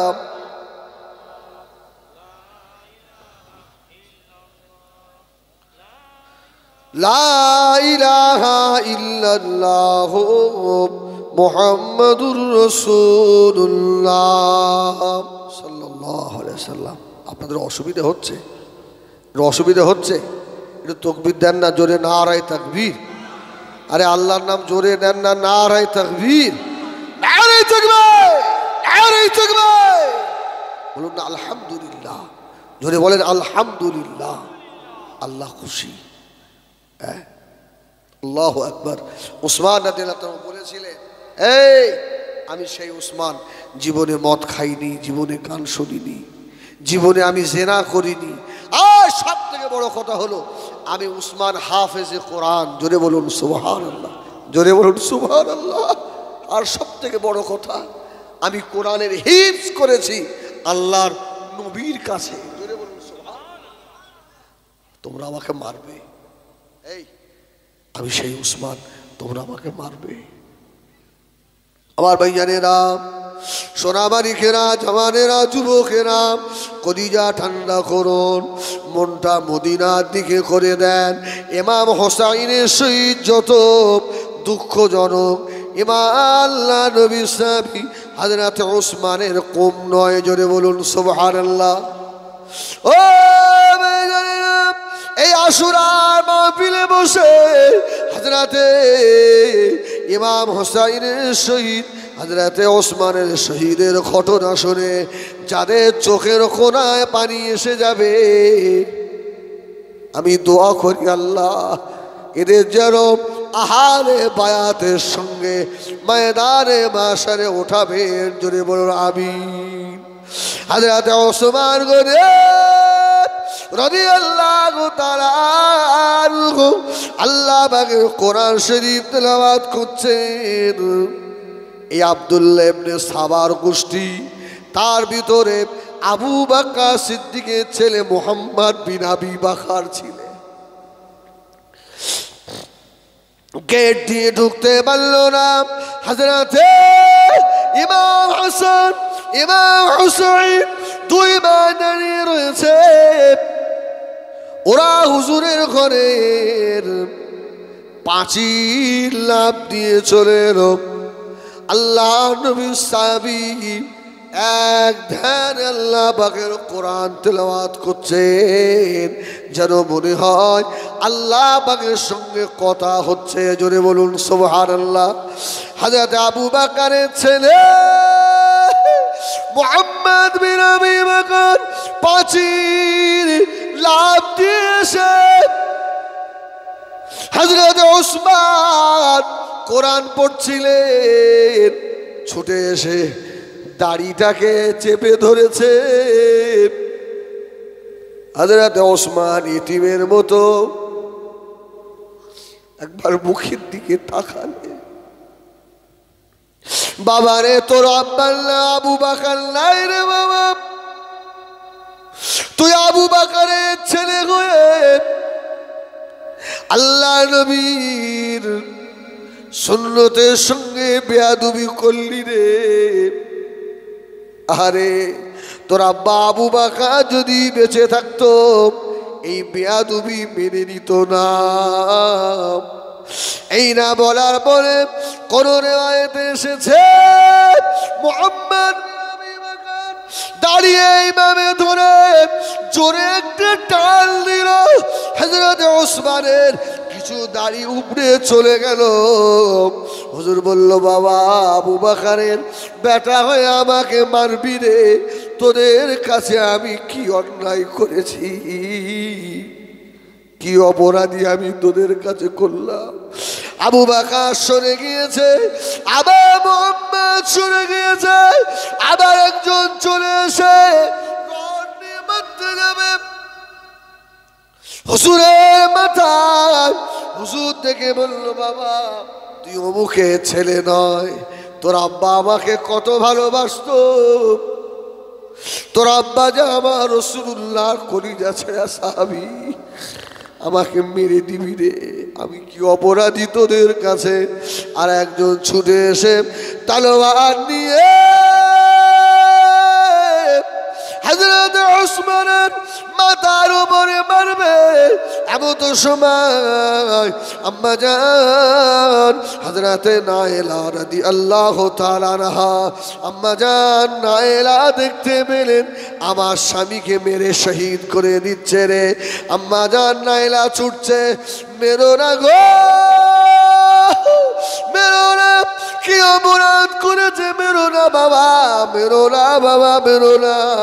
আম্মা জান নাইলা ছুটে এসে হাত বাড়িয়ে ঠেকাতে গেলেন। হাদিস পাকে এসেছে বাবা, আম্মা জান হযরতে নাইলা রাদিয়াল্লাহু তাআলা আনহার হাতের 4টে আঙুল কেটে পড়ে গেল।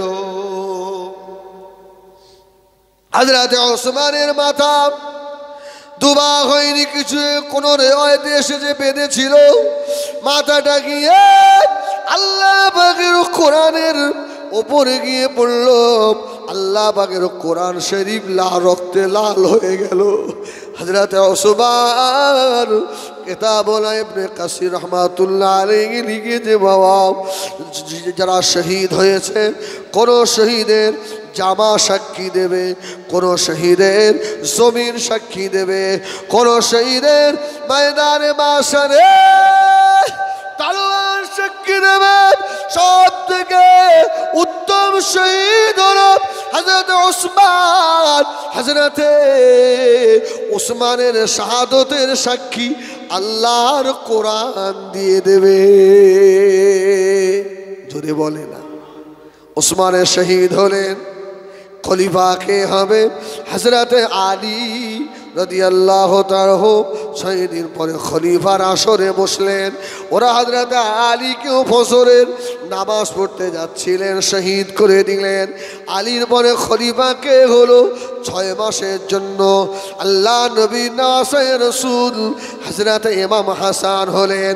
হযরতে ইমাম হাসান খলিফার পদ ছেড়ে দিয়ে আল্লাহ নবীর কাতিবি সাহাবী হযরত আমির মাবিয়া রাদিয়াল্লাহু তাআলার কাছে আর খেলাফতের ভার দিয়ে দিলেন।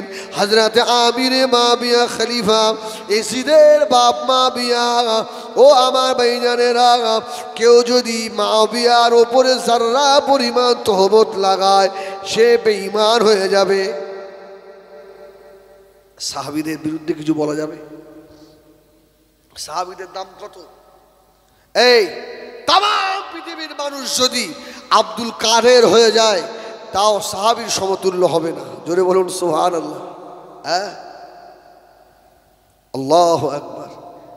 বড় পীর সাহেবকে একজন জিজ্ঞাসা করেছে, হুজুর আপনি তো পীরদের সর্দার, হুজুর আপনার দাম বেশি না রাসূলের সাহাবীদের দাম বেশি?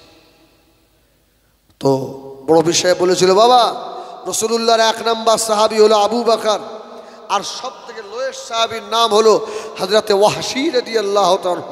ওয়াহশী একদম লোয়েস্ট। হ্যাঁ, বড় পীর সাহেব বলছে ওই রাসূলের সাহাবী যে ওয়াহশী, এ যদি ঘোড়া নিয়ে যায় আর ওই ওয়াহশী রাদিয়াল্লাহু তাআলার ঘোড়ার পা তুললে ওই বালুকোনা যদি উড়ে এসে পড়ে, ওই ছোট্ট একটা বালুকোনা যদি এক ডানি পাল্লার এক পাশে রাখা হয় আর তামাম দুনিয়ার মানুষ যদি আব্দুল কাদের হয়ে যায়, সব যদি ডানি পাল্লার আর এক পাশে রাখা হয়, হযরতে ওয়াহশীর ঘোড়ার পায়ের ধুলোর যোগ্য হবে না। জোরে বলুন সুবহান। সাহাবীদের মর্যাদা অনেক। এই যে রাসূল বলেছেন আসহাবিকান নুজুম, আমার একটা সাহাবী হলো আকাশের নক্ষত্রের সমতুল্য। জোরে বলুন সুবহানাল্লাহ। মুআবিয়া খলিফা হলেন। এই আমিরে মুআবিয়া খলিফা হওয়ার পরে ঠিক ইন্তেকালের আগ মুহূর্তে ইয়াজিদ কিন্তু এমনি খলিফা হয়নি। রাসূলের অনেক সাহাবীরা ইয়াজিদের ভোট দিয়েছিল। কি বুঝলেন? ইয়াজিদকে ভোট দিয়েছিল। মুআবিয়া বলেছিল, বাবা আমার ইন্তেকালের পরে আমি কাকে এই পদ দিয়ে যাব? রাসূলুল্লাহ অনেক সাহাবী বলেছিলেন যে আপনার যোগ্য ছেলে রয়েছে, ইয়াজিদকে খলিফা করেন। তার মধ্যে রাসূলুল্লাহর কয়েকজন সাহাবী মেনে নেয়নি। আব্দুল্লাহ ইবনে ওমর, আব্দুল্লাহ ইবনে আব্বাস, এরকম বিশিষ্ট সাহাবীগুলো বলল হবে না। তো মুআবিয়া ওই সময় ইয়াজিদকে ডেকে বলেছিল, যখন খলিফা হয়নি তার আগে তোমাকে তো খলিফা করব বাবা। তবে শোনো, যেন কোনো দিন রসুলের বংশের ওপরে একটু মানে কাঁটার আঁচড় দেবে না, এটা খেয়াল রেখো। আর সরকারি যে ভাতা ওটা ঠিক মতো দেবে। তবে আমি মাওবিয়া, আমার মনে হচ্ছে ইমাম হোসাইন তোমাকে খলিফা বলে মেনে নেবে না। ইমাম হোসাইন তোমাকে খলিফা বলে মানবে না। আমিরে মাওবিয়া ইন্তেকাল হলেন, এজিদ খলিফা। রসুলের অনেক সাহাবীরা এজিদের হাতে বায়াত হলো, দেশ বিদেশের মানুষ বায়াত হচ্ছে। এজিদ দেখলো যে সব তাম পৃথিবীর মানুষ যদি আমাকে খলিফা বলে মেনে নেয়, আর রসুলের নওয়াসা ইমাম হোসাইন যদি আমাকে খলিফা বলে না মানে, এইরকম খলিফার 5 পয়সাও দাম নেই। অতএব হোসাইনকে যে কোনো প্রকারে হোসাইন যেন আমার হাতে হাত দিয়ে বায়াত নেয়। ওখান থেকে এজিদ মদিনার যিনি গভর্নর ছিলেন তার কাছে খাত লিখলো, চিঠি পাঠালো যে এজিদ ইমাম হোসাইন যেন আমার হাতে বায়াত হয়। মদিনার যিনি গভর্নর ছিলেন ওই চিঠিটা বলেন আল্লাহ নবী নওয়াসে রাসূল হযরত ইমাম হোসাইনকে রাজ দরবারে ডাকলেন। হযরত ইমাম হোসাইন রাদিয়াল্লাহু তাআলা আনহু রাজ দরবারে ঢুকে পড়লেন। দারোয়ান দাঁড়িয়ে রয়েছে। মদিনার গভর্নর বলেছিল, এ নওয়াসে রাসূল ইমাম হোসাইন, শুনে রেখে দাও, এজিদের তরফ থেকে চিঠি এসেছে। এজিদের তরফ থেকে চিঠি এসছে, তুমি কি এজিদকে খলিফা বলে মেনে নেবে? ইমাম হোসাইন বলেছিলেন, এই মদিনার গভর্নর, তুমি আমাকে হুইপ জারি করছো নাকি? এই আমাকে হুইপ করছো যে আমি ইমাম মানে এজিদের হাতে বায়াত দিতে হবে? বললো, হুজুর বেয়াদবি মাফ করেন, আপনাকে রসুল খুব ভালোবাসতো, আর আমি আপনার উপরে হুইপ জারি করতে পারি, এটা আমার আবদার। যদি বলুন সুবহানাল্লাহ, এটা আমার আবদার। ইমাম হোসাইন বলল, তাহলে ঠিক আছে, তুমি আমার উপরে হুইপ জারি করতে পারো না। তবে শোনো, যে চেয়ারে আবু বকরের মতো মানুষ বসেছে, আমি হোসাইন ওই শয়তানকে আমি বসতে দেবো না। যদি বলুন সুবহানাল্লাহ। আর আমি মেনে নেবো না। আর ও চায় রাজতন্ত্র, আমার ভাই অস করছিল না, ও চায় রাজতন্ত্র, কিন্তু ইসলাম তো রাজতন্ত্রকে সমর্থন করে। আপনার গণতন্ত্র, আল্লাহু আকবার, এজিদ তো ওই চালাবে। ইমাম হোসাইন বলল, না, তুমি যদি আবদার করো ঠিক আছে, তুমি আদেশ করতে পারবে না। হ্যাঁ, আমি আল্লাহ রসুলের নওয়াসা। যদি বলুন সুবহানাল্লাহ। আমার ভাইজানেরা, সোনামানি খেরা, ও নওজওয়ানেরা, শুনে রাখো, হযরত ইমাম হোসাইন মদিনার রাজ দরবার থেকে বার হয়ে চলে যাচ্ছে। ও ভাইজানেরা, হযরত ইমাম হোসাইন বার হয়ে যাবে, এমন তো সময় যে মানুষটা দারোয়ান ছিল, ওই মানুষটা মদিনার গভর্নরকে বলেছিল, একবার পারমিশন দেন, ইমাম হোসাইনের মাথা এই দরওয়াজায় ফেলে দেবো। মদিনার গভর্নর বলল, এই কথাই মুখে আনবি না। জোরে বলুন সুবহানাল্লাহ। ইমাম হোসাইনের সঙ্গে যদি বেয়াদবি করে ফেলিস, ইমাম হোসাইন হলো আহলে বায়াত। আমি দেখেছি আল্লাহর নবী ইমাম হোসাইনকে বড় মোহাব্বত করতো। জোরে বলুন সুবহানাল্লাহ। এজিদ খলিফা বলে কোন রিওয়ায়েতে আছে, এই যে ইমাম হোসাইনকে হাতে বায়াত দিচ্ছে না, এজিদ কি করলো, হাসানের বিবির সঙ্গে একটু দেখা পরামর্শ, লোক দাঁড়াতে কথা হলো। এই ইমাম হাসানের যে বিবিটা মানে হুজুরকে জাহর পান করিয়ে দিয়েছিল, ওই বিবিটার নাম কি ছিল? জায়দা। আর জায়দা ছিল খুব সুন্দরী, দেখতে খুব ভালো। আর ইমাম হোসাইন জায়দার, ইমাম হাসান জায়দার হাতের শরবত পান করতেন। কোন রিওয়ায়েতে আছে এজিদ ওকে লোভ দেখিয়েছিল, জায়দা তুমি যদি ইমাম হাসানকে শহীদ করে দিতে পারো, এটা একটু আগে যেতে হচ্ছে, নাইলে এই যে ইমাম হোসাইন মদিনা থেকে মক্কায় যাবে এই কথাটা তাহলে আপনারা বুঝতে পারবেন না, পরিষ্কার হবে না। তো জায়দাকে লোভ দেখালো, জায়দা এই শরবতের মধ্যে বিষ খাইয়ে দিল। কোন রেওয়ায়েতে এসছে ইমাম হাসান 40 দিন বেমারি হয়েছিলেন। জায়দা তুমি আমাকে কি খাওয়ালে বলো? আমার শরীরটা ভালো লাগছে না, কি খাওয়ালে? ইমাম হাসান রাদিয়াল্লাহু তাআলা বুঝে ফেলেছিলেন। কিন্তু ইমাম হাসান, আমি এরকম রেওয়ায়েত পাইনি যে ইমাম হাসান নিজে বলে গেছে যে জায়দা আমাকে বিষ পান করিয়েছে, না। হযরত ইমাম হাসান রাদিয়াল্লাহু তাআলা হুজুর শহীদ হয়ে যাবেন, হুজুরের রক্ত বমি শুরু হয়ে গেল। ওই সময় বলেছিল, ও বোন জাইনাব, তাড়াতাড়ি করে আমার ছোট ভাই ইমাম হোসেনকে খবর দাও, আর আমার সময় নাই, আমি শহীদ হয়ে যাব, আমি এখনই মারা যাব।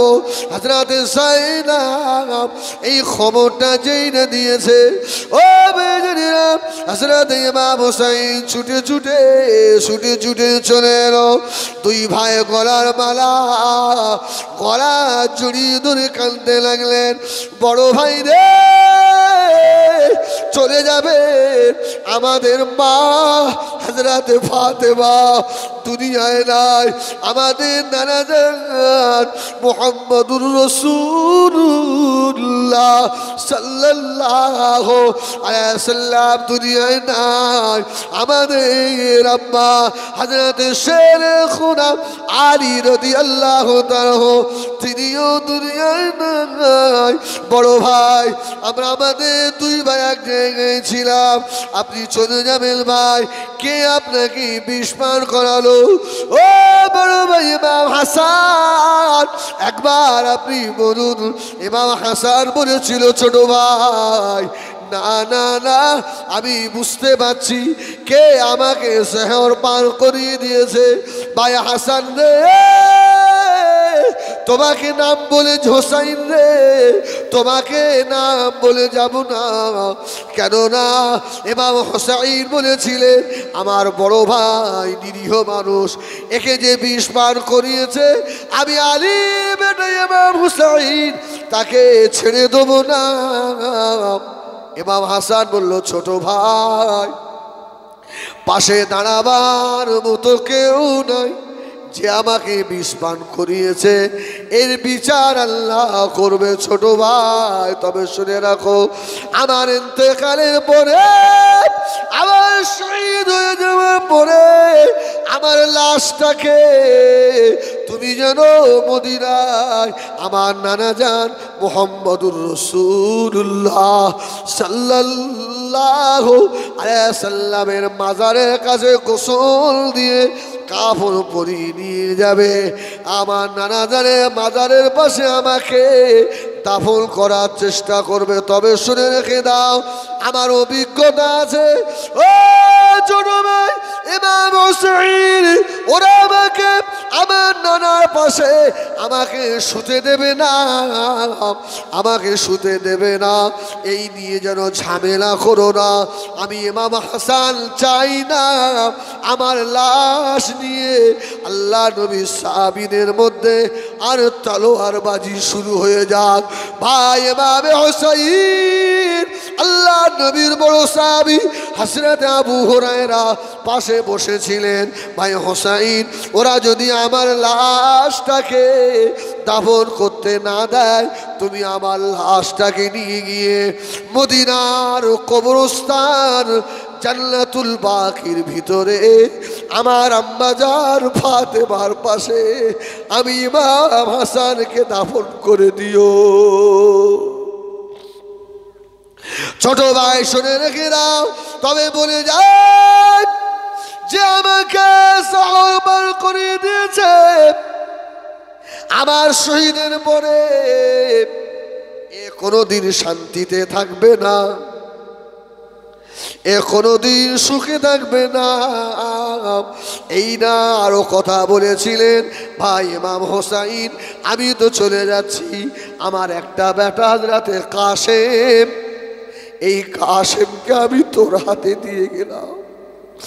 আমার কাশেম তো আজ থেকে বা আভারা হয়ে গেল।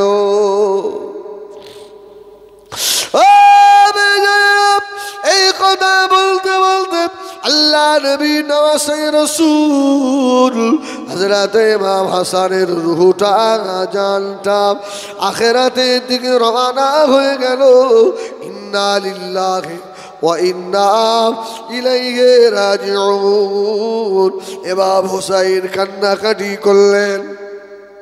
ইমাম হাসানের লাশটাকে গোসল করে এনে মদিনার মসজিদে নববী শরীফের সম্মুখে নিয়ে গেল। নানা জানের পাশে বড় ভাই ইমাম হাসানকে শোয়াবো। একদল মানুষ এসে বাধা দিল, না না, আমরা হাসানকে এখানে দাফন করতে দেব না, দেব না। হযরত ইমাম হোসাইন খাপ থেকে তলোয়ার বার করে ফেলেছে, তোদের ছেড়ে দেবো না, তোদের ছেড়ে দেবো না। আল্লাহ নবীর বড় সাহাবী হযরত আবু হুরায়রা রাদিয়াল্লাহু তাআলা আনহু পাশে দাঁড়িয়েছিলেন। হযরত ইমাম হোসাইনের হাত ধরে বলেছিলেন, ছোট ভাই ভুলে গিয়েছেন নাকি? বড় ভাই ইমাম হাসান তো নিষেধ করে গেছে। জোরে বলুন সুবহানাল্লাহ। ও বেজানিরা, এসিদের চিঠি মদিনায় এলো। হযরত ইমাম হোসাইন বললেন, আমি খলিফা বলে মেনে নেব না। ইমাম হোসাইন ওই সময় চিন্তা করলেন, আব্দুল্লাহ ইবনে আব্বাস, আব্দুল্লাহ ইবনে ওমরের মতো সাহাবীরা বললেন, ভাই হোসাইন, তাহলে মদিনায় থেকে আর লাভ নাই। এই মদিনায় থাকলে আপনাকে হত্যা করে দেবে, এরা শহীদ করে দেবে। ও বেজানিরা, হযরত ইমাম হোসাইন গভীর রাতে লাগেজ গুছিয়ে নিয়ে আর কাঁদতে কাঁদতে এসে আল্লাহর নবীর মাজারের পাশে দাঁড়িয়ে দাঁড়িয়ে সালাম দিচ্ছে, দানা যান, দানা যান। আমি হোসাইন, আমার মনের বড় আশা ছিল এই মদিনা শরীফে আমার আম্মা জান হযরত ফাতেমা রাদিয়াল্লাহু তাআলা আনহা শুয়ে আছেন, আমার নানা জান মুহাম্মদুর রাসূলুল্লাহ আছেন। আমি মদিনা ছেড়ে যাব না নানা, কিন্তু এই মদিনায় থাকা যাবে না, আমাকে মদিনা ছেড়ে চলে যেতে হবে। নানা জান বিদায় দিলাম, আর হয়তো জীবনে কোনোদিন এই মদিনায় আসা হবে না নানা, আর মদিনায় আসা হবে না। আল্লাহ নবী নওয়াসে রাসূল হযরত ইমাম হোসাইন লাগেজ গুছিয়ে নিয়ে মদিনা শরীফ থেকে গভীর রাত্রিরে মক্কায় চলে এলো। মক্কার মানুষেরা হযরত ইমাম হোসাইনকে খুশিতে বাগ বাগ হয়েছিলেন। বলুন সুবহানাল্লাহ। ও বেজানেরা, ও শুনে মালিকেরা, ইমাম হোসেন যখন মদিনা শরীফে মক্কায় চলে এসেছে বাবা, এদিকে কুফা থেকে বারবার চিঠি আসছে। কি হোসাইন, আমরা আপনার আব্বাকে ভালোবাসি, আপনি আসেন, আর যদি না আসেন কাল কিয়ামতে দেখা হবে। একটা দুটো তিনটে করে 150 চিঠি এলো। কত? 150 চিঠি। ইমাম হোসাইন আল্লাহ রাসূলের যত বড় বড় সাহাবী ছিলেন তাদের সঙ্গে একটা পরামর্শ করলেন, দেখো আমি এখন কি করি বলো। ওরা বললো, হুজুর আপনি যাবেন না কুফার। কুফার মানুষেরা হচ্ছে গিরগিটের সমতুল্য, এরা রং চেঞ্জ করে। এরা কি করে? গিরগিটে দেখেন নে, গিরগিটে রং চেঞ্জ করে না। যারা আপনার মুনাফিক, এরা রং চেঞ্জ করে না। হ্যাঁ, এরা ওই গিরগিটের জাত। এখানে এক কথা, ওখানে গিয়ে আর এক কথা। এই নওয়াসে রাসূল ইমাম হোসাইন, আমরা বলছি আপনি কুফায় যাবেন না। কুফার মানুষেরা আপনার আব্বা শেরে খোদা আলীকে ওরা শহীদ করে দিয়েছে। ওরা যে চিঠি পাঠাচ্ছে আপনার সঙ্গে ভালো ব্যবহার করবে এটা বিশ্বাস হয় না। ইমাম হোসাইন বলল, দেখো এক এক করে 150 চিঠি, হ্যাঁ, আবার ওরাই দাবি দিচ্ছে কিয়ামতে আমি কুফায় যাব। রাসূলুল্লাহ সাহাবীরা বললেন, আপনি যখন যাওয়ার একটা সিদ্ধান্তই নিচ্ছেন, আগে না গিয়ে আপনার একটা ওই সঙ্গী বা আপনার একটা প্রতিনিধিকে পাঠান। তো হুজুর বলল, কাকে পাঠাবো? তো মুসলিম ইবনে আকিলকে পাঠিয়ে দিল। এই যে মুসলিম ইবনে আকিলের যে দুটো ছেলে আছেন, ইব্রাহিম আর মোহাম্মদ, এসব অস্ত্র আমরা করিনি। ওয়াজ করে গেছে কে? আমরা ছোট হুজুর পীর কেবলা রহমাতুল্লাহ। আমি বহু কিতাব দেখেছি যে এই ঘটনাটা পাওয়া যায় না, যে ইমাম মুসলিমের 2 ছেলে ইব্রাহিম আর মোহাম্মদের ঘটনা হুজুর কোন কিতাব থেকে বললেন। আমি অনেক কিতাব খুঁজেছি, গত বছরে একটা কিতাব পেয়েছি বাংলাদেশে, আপনারা নেট সার্চ করেন এক্ষুনি পেয়ে যাবেন, শামে কারবালা। কি বললাম? শামে কারবালা। এই শামে কারবালার ভিতরে এই ইমাম মুসলিমের 2 ছেলে সেই হানি রাদিয়াল্লাহু তাআলার ঘরে লুকিয়েছিল, আপনার সে ফোরাত নদীর পানিতে ফেলে দিল। এই ঘটনাটা ওই শামে কারবালা কিতাবে আছে। আজকে একটা বই নোট করেছি, আল বেদায়া ওয়ান নিহায়া। এখন তো সব হাতের মুঠোয় পাওয়া যায়। আল্লাহু আকবার। বই পড়বেন, ফেসবুকে ল্যাংটো মেয়ে না দেখে ভালো ভালো হাদিসগুলোর পড়বেন, সব হবে। কি ঠিক কিনা? হ্যাঁ, এরা কি বলে, কি খেলে, বল না কি খেলে, ফ্রি ফায়ার। ওই টিপতে, ও টিপলে তোর গোনা হবে রে। আর যদি এই মালটা বের করে নবীর একটা সাহাবীর জীবনী নিয়ে পড়িস তো সব হবে। আল্লাহু আকবার। কি নেই এর ভিতরে পাওয়া যায়। তো হুজুরের ঘটনাটা আমি ওই কিতাবে পেয়েছি, শামে কারবালা। যখন ইমাম মুসলিম গেলেন কুফায়, ওই চ্যাপ্টারটা পড়বেন, পড়লেই পেয়ে যাবেন ইব্রাহিম আর মোহাম্মদের ঘটনা। তো হুজুর কি করলেন? চাচাতো ভাই মুসলিম বিন আকিলকে পাঠালেন। আল্লাহ, ওরা মুসলিম বিন আকিলকে পেয়ে খুব খুশি, নারায়ে তাকবীর, আল্লাহু আকবার। প্রায় 40,000-এর মতো মানুষ ইমাম হোসাইনের নামে ইমাম মুসলিমের হাতে বায়াত নিল, ঠিক কিনা? এদিকে কুফার যিনি ওই সময় গভর্নর ছিলেন, এর নাম কি? নোমান ইবনে বাশির। নোমান ইবনে বাশিরের ভিতরে রসুলের মোহব্বত ছিল, জোরে বলুন সুবহানাল্লাহ। ইমাম হোসাইন আলীকে এরা মোহব্বত করত। নোমান ইবনে বাশিরের খবর চলে গেল এজিদের দরবারে যে আমাদের কুফার যিনি খলিফা নোমান ইবনে বাশির, এ ইমাম মুসলিমকে সাপোর্ট করছে, অতএব এ খলিফা রাখা যাবে না। বাসরা থেকে উবাইদুল্লাহ ইবনে জিয়াদকে তুলে এনে নোমান ইবনে বাশিরকে সরিয়ে দিয়ে উবাইদুল্লাহ ইবনে জিয়াদকে বসালো। আর এই উবাইদুল্লাহ ইবনে জিয়াদ আসার আগে ইমাম মুসলিম রাদিয়াল্লাহু তাআলা ভাই হোসাইনের কাছে একটা খাত লিখেছিলেন, ভাই কুফার অবস্থা খুব ভালো, আপনি কুফায় চলে আসেন। তখন চিঠি ছাড়া হয়ে গেছে। এদিকে নোমান ইবনে বাশিরকে সরিয়ে দিয়ে বাসরার যিনি গভর্নর ছিলেন কি উবাইদুল্লাহ ইবনে জিয়াদ, এই উবাইদুল্লাহ ইবনে জিয়াদকে বসিয়েছে। আর উবাইদুল্লাহ ইবনে জিয়াদ রাত্রি ঠিক সন্ধ্যা হব এর সময় ঘোড়ার পিঠে চড়ে আর কুফায় ঢুকছে।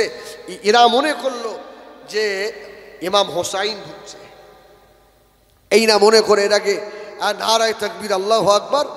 ও উবাইদুল্লাহ ইবনে জিয়াদ তো চালু, একদম সেই নেকাম মানে হাজি রুমাল টোমাল মুড়ি দিয়েছিল, ওর মধ্যে থেকে সব লোকগুলো দেখে নিয়েছে। দেখে গেছে, ও তোমরা হোসাইনের ভক্ত না? এরা বললো এই পালা শয়তান, যে ইমাম হোসাইন নয়, এ তো শয়তান। ওরা পালিয়ে গেল। উবাইদুল্লাহ ইবনে জিয়াদ, আল্লাহু আকবার। পরের দিন রাজ দরবারে সব ডেকেছে, মিটিং করলো। ইমাম হোসাইনের যিনি যাকে পাঠিয়েছে মুসলিম বিন আকিলকে দরকার। আমার ভাইজানেরা, সোনাবাড়ি খেরাম, আল্লাহ নবী নওয়াজে রাসূল হযরত ইমাম হোসাইনের শহীদের ঘটনা অনেক দুঃখজনক বাবা। নারায়ে তাকবীর, নারায়ে তাকবীর। জনাব ভাই সাহেব হুজুর কিবলা সিলসিলায়ে হক মুসাদ্দিদুজ জামান আহলুস সুন্নাত ওয়াল জামাআত, নারায়ে তাকবীর। বলেন না আলহামদুলিল্লাহ। আপনারা খুশি না বেজার? আরে খুশি না বেজা? ভাই এসছে খুশি নয়? আপনারা যতটা খুশি আমি তার থেকেও বেশি খুশি। বলুন না আলহামদুলিল্লাহ। যাই হোক, ভাই এখনই আসবেন। আপনারা আমার জন্য কেউ আসেননি আমি জানি। আসলে জোনায়েদ ভাইয়ের নাম করলে এখন যেন মানুষ আব্বাস ভাই আর জোনায়েদ ভাই কি মানুষ যেন পাগল হয়ে যায়। এখন বলেন ইজ্জত দেওয়ার মালিক কে? তা আল্লাহ যদি ইজ্জত দেয় তা তোমার বুক ফাটে কেন? ঠিক কিনা? আল্লাহু আকবার। যাই হোক, বাদ দেন। ইমাম মুসলিম রাদিয়াল্লাহু তাআলাকে কুফার ভিতরে শহীদ করে দেওয়া হলো। কি ছাদ থেকে ফেলে, অনেক বড় ঘটনা। ইমাম মুসলিমকে ডাক করলো উবাইদুল্লাহ ইবনে জিয়াদ। উবাইদুল্লাহ ইবনে জিয়াদের দরবারে এলেন। ইমাম মুসলিম রাদিয়াল্লাহু তাআলার সঙ্গে তখন কোনো রিওয়ায়াতে এসেছে 30,000 মানুষ ছিল। হুজুর সঙ্গে করে নিয়ে যাচ্ছে, পেছন দিকে তাকিয়ে দেখে সব আস্তে আস্তে সব কেটে পড়ছে।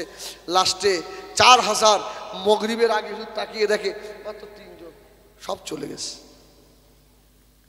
আল্লাহ নবী নওয়াজে রাসূল হযরত ইমাম মুসলিম রাদিয়াল্লাহু তাআলা কুফার একজনের বাড়িতে লুকিয়েছিলেন বাবা। আল্লাহ নবী নওয়াজে রাসূল এমত সময় আবু উবাইদুল্লাহ ইবনে জিয়াদ বলেছিল, শুনে রাখো, ইমাম মুসলিমের খবর যদি দিতে পারো তাকে অনেক পুরস্কার দেওয়া হবে। শুধু তাই নয়, যার বাড়িতে ইমাম মুসলিমকে পাওয়া যাবে তাদের বাড়ির সকলকে হত্যা করা হবে। ও বেজানেরা, আল্লাহ নবীর কলিজার টুকরা সাহাবীরা হযরত ইমাম মুসলিমকে এক বুড়ি মেয়ে ছেলে বাড়িতে জায়গা দিয়েছিল। ইমাম মুসলিম গিয়ে বলল, মা আমাকে একটু জায়গা দেবে মা? বলল, তুমি কে বাবা? বলল, আমি ইমাম হোসাইনের চাচাতো মা, আমি ইমামে মুসলিম। বলল, কি ব্যাপার? বলল, আমার সঙ্গে আর কেউ নাই। ও মা জননী, মা আমাকে একটু সাহায্য করবে? বুড়ি মেয়ে ছেলে বলল, বাবা আল্লাহ নবীর বংশকে বেইজ্জতি করা যাবে না, পাশের ঘরে জায়গা করে দিলেন। ওই সময় বুড়ি বলেছিলেন, ও ইমামে মুসলিম, আমার একটা ছেলে ছিল, ছেলেটার নাম হলো বেলাল। আমার ছেলেটাও তো আপনার হাতে হাত দিয়ে হোসাইনের নামে বায়াত দিয়েছিল, আমার বেলাল কোথায়? হুজুর বলছে, মা তোমার যে বেলাল, ও আমার পিছন থেকে সব পালিয়ে চলে গেছে। ইমাম মুসলিম যে ঘরে আসে, ওই বুড়ি তো নবী বংশকে ভালোবাসে। হ্যাঁ, ওই ঘরে একবার পানি নিয়ে যাচ্ছে, একবার খাবার নিয়ে যাচ্ছে। আর এই বুড়ির ছেলে বেলাল ও বাড়ি এসে, মা আপনি ওই ঘরে বারবার যাচ্ছেন কেন? ব্যাপারটা কি? ও গিয়ে দেখলো যে ইমাম মুসলিম রাদিয়াল্লাহু তাআলা ওই ঘরের ভিতরে। সর্বনাশ! আরে একে তো ঘরে রাখা যাবে না। ওই সময় ইমাম মুসলিমের খবর দিয়ে দিল উবাইদুল্লাহ ইবনে জিয়াদের দরবারে, ও বেয়ানেরা, হুজুর আমার হানি রাদিয়াল্লাহু তাআলা বাড়িতেও ছিলেন। শেষমেশ সংক্ষেপ করছি, হযরত ইমাম মুসলিমকে ডেকে নিয়ে এলো, হুজুরকে শহীদ করে দেবে, হুজুরকে আর কমানের ছাদের উপরে তুললো বাবা। ইমাম মুসলিম রাদিয়াল্লাহু তাআলা একা হয়ে গিয়েছে। ছাদের উপর থেকে হুজুরকে জমিনে ফেলে দেওয়া হলো। কোন রিওয়ায়াতে আসছে তখন ইমাম মুসলিমের ঠোঁট দুটো নড়ছিল। এরা মনে মনে করলো ইমাম মুসলিম হয়তো আমাদের কাছে সাহায্য চাচ্ছে। আস্তে আস্তে গিয়ে দেখে ইমাম মুসলিম ছাদ থেকে পড়ে যাওয়ার পরেও তখনও আল্লাহ পাকের জিকির করছে। জোরে বলুন সুবহানাল্লাহ। আমার ভাইজানেরা, এদিকে ইমামে হোসাইন রাদিয়াল্লাহু তাআলা ওই চিঠি পাওয়ার পরে ৭২ জনের কাফেলা নিয়ে ছোট বড় মিলিয়ে কুফার রাস্তায় রওনা হয়ে গেলেন। জিলহজ মাসে হুজুর আমার বার হলেন। আর কুফার রাস্তায় যেতে যেতে প্রতিমধ্যে একজনের সঙ্গে দেখা হলো। মুসলিম জাহানের বড় কবি, ওই কবিটার নাম হলো কবি ফারাজদাক। কবি ফারাজদাকের সঙ্গে ইমাম হুসাইনের দেখা। ইমাম হুসাইন বলছে, ফারাজদাক, আরে কুফার খবর কি? ফারাজদাক তো কুফারের ব্যাপার জানে না। বলছে, না কুফার খবর ভালো। হ্যাঁ, আমি শুনেছি আপনার হাতে হাত দিয়ে অনেক বায়াত নিয়েছে। फराजदार तो जाने ना हजरत इमाम मुस्लिम রাদিয়াল্লাহু তাআলা চিঠি হজরত ইমাম হুসাইনাবাদ যেতে লাগলেন। ও ভাইজানেরা, কিছু রাস্তা যাওয়া পরে আর একজনের সঙ্গে দেখা হয়ে গেল, নামটা আমার স্মরণে নাই। আর সন্ধ্যা গভীর রাত, ইমাম হুসাইন এক জায়গায় তাবু খুললেন, ওইখানে এশার নামাজ পড়লেন। হুজুর আমার দেখতে পাই কুফার দিক থেকে যেন একটা সৈন্য দল বাহিনী ছুটে আসছে। 1000 মানুষ ওর ভিতরে ছিল। হোর বলে একজনা, ওই হোর আল্লাহ নবীর বংশকে ভালোবাসতেন। আস্তে আস্তে ডেকে বলল, ইমাম হোসাইন, কুফার অবস্থা ভালো নয়, কুফার অবস্থা ভালো নয়, আজকে রাতে এখানে থাকা হবে। আমি আপনাকে পরামর্শ দিচ্ছি, আপনি এখান থেকে আর কুফায় না গিয়ে আবার মক্কায় ফিরে চলে যান। আমরা আমাদের তাঁবুতে ঘুমাবো, আপনারা আপনাদের তাঁবুতে ঘুমাবেন। আমি বলবো আমরা ঘুমিয়ে পড়েছি, ইমাম হুসাইনের ভিতরে কোথায় চলে গেছে। তারপরে হোর রসুল বংশকে তো ভালোবাসে, মহব্বত করে। বলো ঠিক আছে ভাই, রাত্রিরে হলো, গভীর রাত্রিরে, আমি খুব সংক্ষেপ বাদ দিয়ে বলছি, কেন ভাই এক্ষুনি আসবেন। তো ইমাম হুসাইন রাদিয়াল্লাহু তাআলা কাফেলা নিয়ে বার হবেন। মাঝখানে আরেকজনের সঙ্গে দেখা হলো। সে বলল, আপনি খবর পেয়েছেন, আপনি যে কুফায় যাচ্ছেন, এই যে হোর রাদিয়াল্লাহু তাআলা বললেন এর আগে, আপনি যে কুফায় যাচ্ছেন, আপনার ভাই ইমাম মুসলিমকে তো শহীদ করে দিয়েছে। ইমাম মুসলিম শহীদ? কি কথা বলছো? হ্যাঁ, ইমাম মুসলিম শহীদ হয়ে গেল। এই কথা শোনার পরে হযরত ইমাম হুসাইন রাদিয়াল্লাহু তাআলা বড় দুঃখিত হয়ে গেলেন। এরা আমার ভাইকে শহীদ করে দিল। এই 72 জনের ভিতরে বাবা ইমাম মুসলিম রাদিয়াল্লাহু তাআলা ছোট্ট একটা মেয়ে ছিল। ইমাম হুসাইনের কান্না দেখে ইমাম মুসলিম রাদিয়াল্লাহু তাআলা মেয়ে বুঝতে পেরে গেছে যে আমার আব্বা ইমাম মুসলিম মনে হয় আর হায়াতে বেঁচে নাই। ছোট মেয়েটা এসে ইমাম হোসাইনকে জড়িয়ে ধরে বলেছিলেন, ইমাম হোসাইনকে জড়িয়ে ধরে বললেন, আপনি যেভাবে কাঁদতেছেন মনে হয় আমার আব্বা ইমাম মুসলিম মনে হয় আর দুনিয়ায় নাই। হযরত ইমাম হোসাইন ইমাম মুসলিমের বাচ্চা ছোট মেয়েটাকে আর বুকে তুলে নিয়ে বলেছিল, মা বুঝতে পেরে গেছো তোমার আব্বা ইমাম মুসলিমের সঙ্গে আজ জীবনে কোনোদিন দেখা হবে না। আল্লাহ যদি দেখা করায় মাইনার মাসরে দেখা হবে। তবে মেয়েটা বলল, হুজুর আমি কাকে আব্বা বলে ডাকবো আজ থেকে? ইমাম হোসাইন বললেন, ও ইমাম মুসলিমের মেয়ে শুনে রাখো, আজ থেকে আমি ইমাম হোসাইন তোমার আব্বা হয়ে গেলাম। যদি বলুন সুবহানাল্লাহ। তারপরে হযরত হোর রাদিয়াল্লাহু তাআলা ইমাম হোসাইনকে এই পরামর্শ দিলেন। হযরত ইমাম হোসাইন গভীর রাত্রিরে এবারে চিন্তা করলেন চলে আসবো। হোর গিয়ে কয়েকটা প্রস্তাব দিয়েছিল যে আপনি ইয়াজিদকে খলিফা বলে মেনে নেন। হুজুর বলল, হ্যাঁ তুমি এসছো কেন? আমি মানবো না, তোমরা এক কাজ করো, আমাকে ইয়াজিদের কাছে নিয়ে যাও।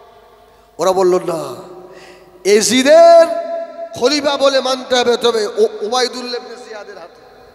হুজুর বলল, উবাইদুল্লাহ ইবনে জিয়াদ নয়, ডাইরেক্ট। ওরা বলল হবে না। হুজুরের সঙ্গে বাদ প্রতিবাদ হলো। হুজুর বলল, তোমরা আমাকে ছেড়ে দাও, আমি মক্কার দিকে চলে যাই, অন্য কোনো রাস্তায় ছেড়ে দাও, আমি চলে যাই। ওরা যেতে দিল না। আল্লাহ যাকে শাহাদাতের পেয়ালা পান করাবে, কি সে কি আর পালিয়ে যেতে পারে? হযরত ইমাম হোসাইন রাদিয়াল্লাহু তাআলা রাত্রিরে হাঁটতে লাগলো। বাবা ওই ইমাম হোসাইনের দলের ভিতরে একজন মানুষ ছিলেন, তিনি হযরত আলী রাদিয়াল্লাহু তাআলার সঙ্গে অনেকবার কুফা এসছে। হযরত ইমাম হুসাইন বললেন, ও ভাইজান, এই কুফা থেকে মক্কার রাস্তা আপনি চেনেন, আপনি আগে থাকুন আর আমি ইমাম হুসাইন পিছনে থাকি। আরে আর পথ চলতে চলতে কারবালা ময়দানে গিয়ে রাস্তা হারিয়ে ফেলেছে বাবা। মুহররম মাসের 2 তারিখে ইরাকের বর্ডার পার হয়েছিলেন হযরত ইমাম হুসাইন। জোরে বলুন সুবহানাল্লাহ। ও বেজনীরা, সোনামানিকেরা, হযরত ইমাম হুসাইন রাদিয়াল্লাহু তাআলা একদিকে আর একদিকে আমর ইবনে সাদ বিন মাযির বেটা আমর ইবনে সাদ। এ কার ছেলে? সাহাবীর ছেলে নয়? সাহাবীর ছেলে তো, কিন্তু এই জায়গায় মাথা রাখতে হবে, সাহাবীদের কোনো রকমের সন্দেহ করা যাবে? আমি আবার বলছি, যেন সাহাবীদের মানে উপরে কোনো রকমের বিরূপ মন্তব্য আনবেন না, ঈমান চলে যাবে, ঈমান চলে যাবে। নারায়ে তাকবীর, নারায়ে তাকবীর, নারায়ে তাকবীর।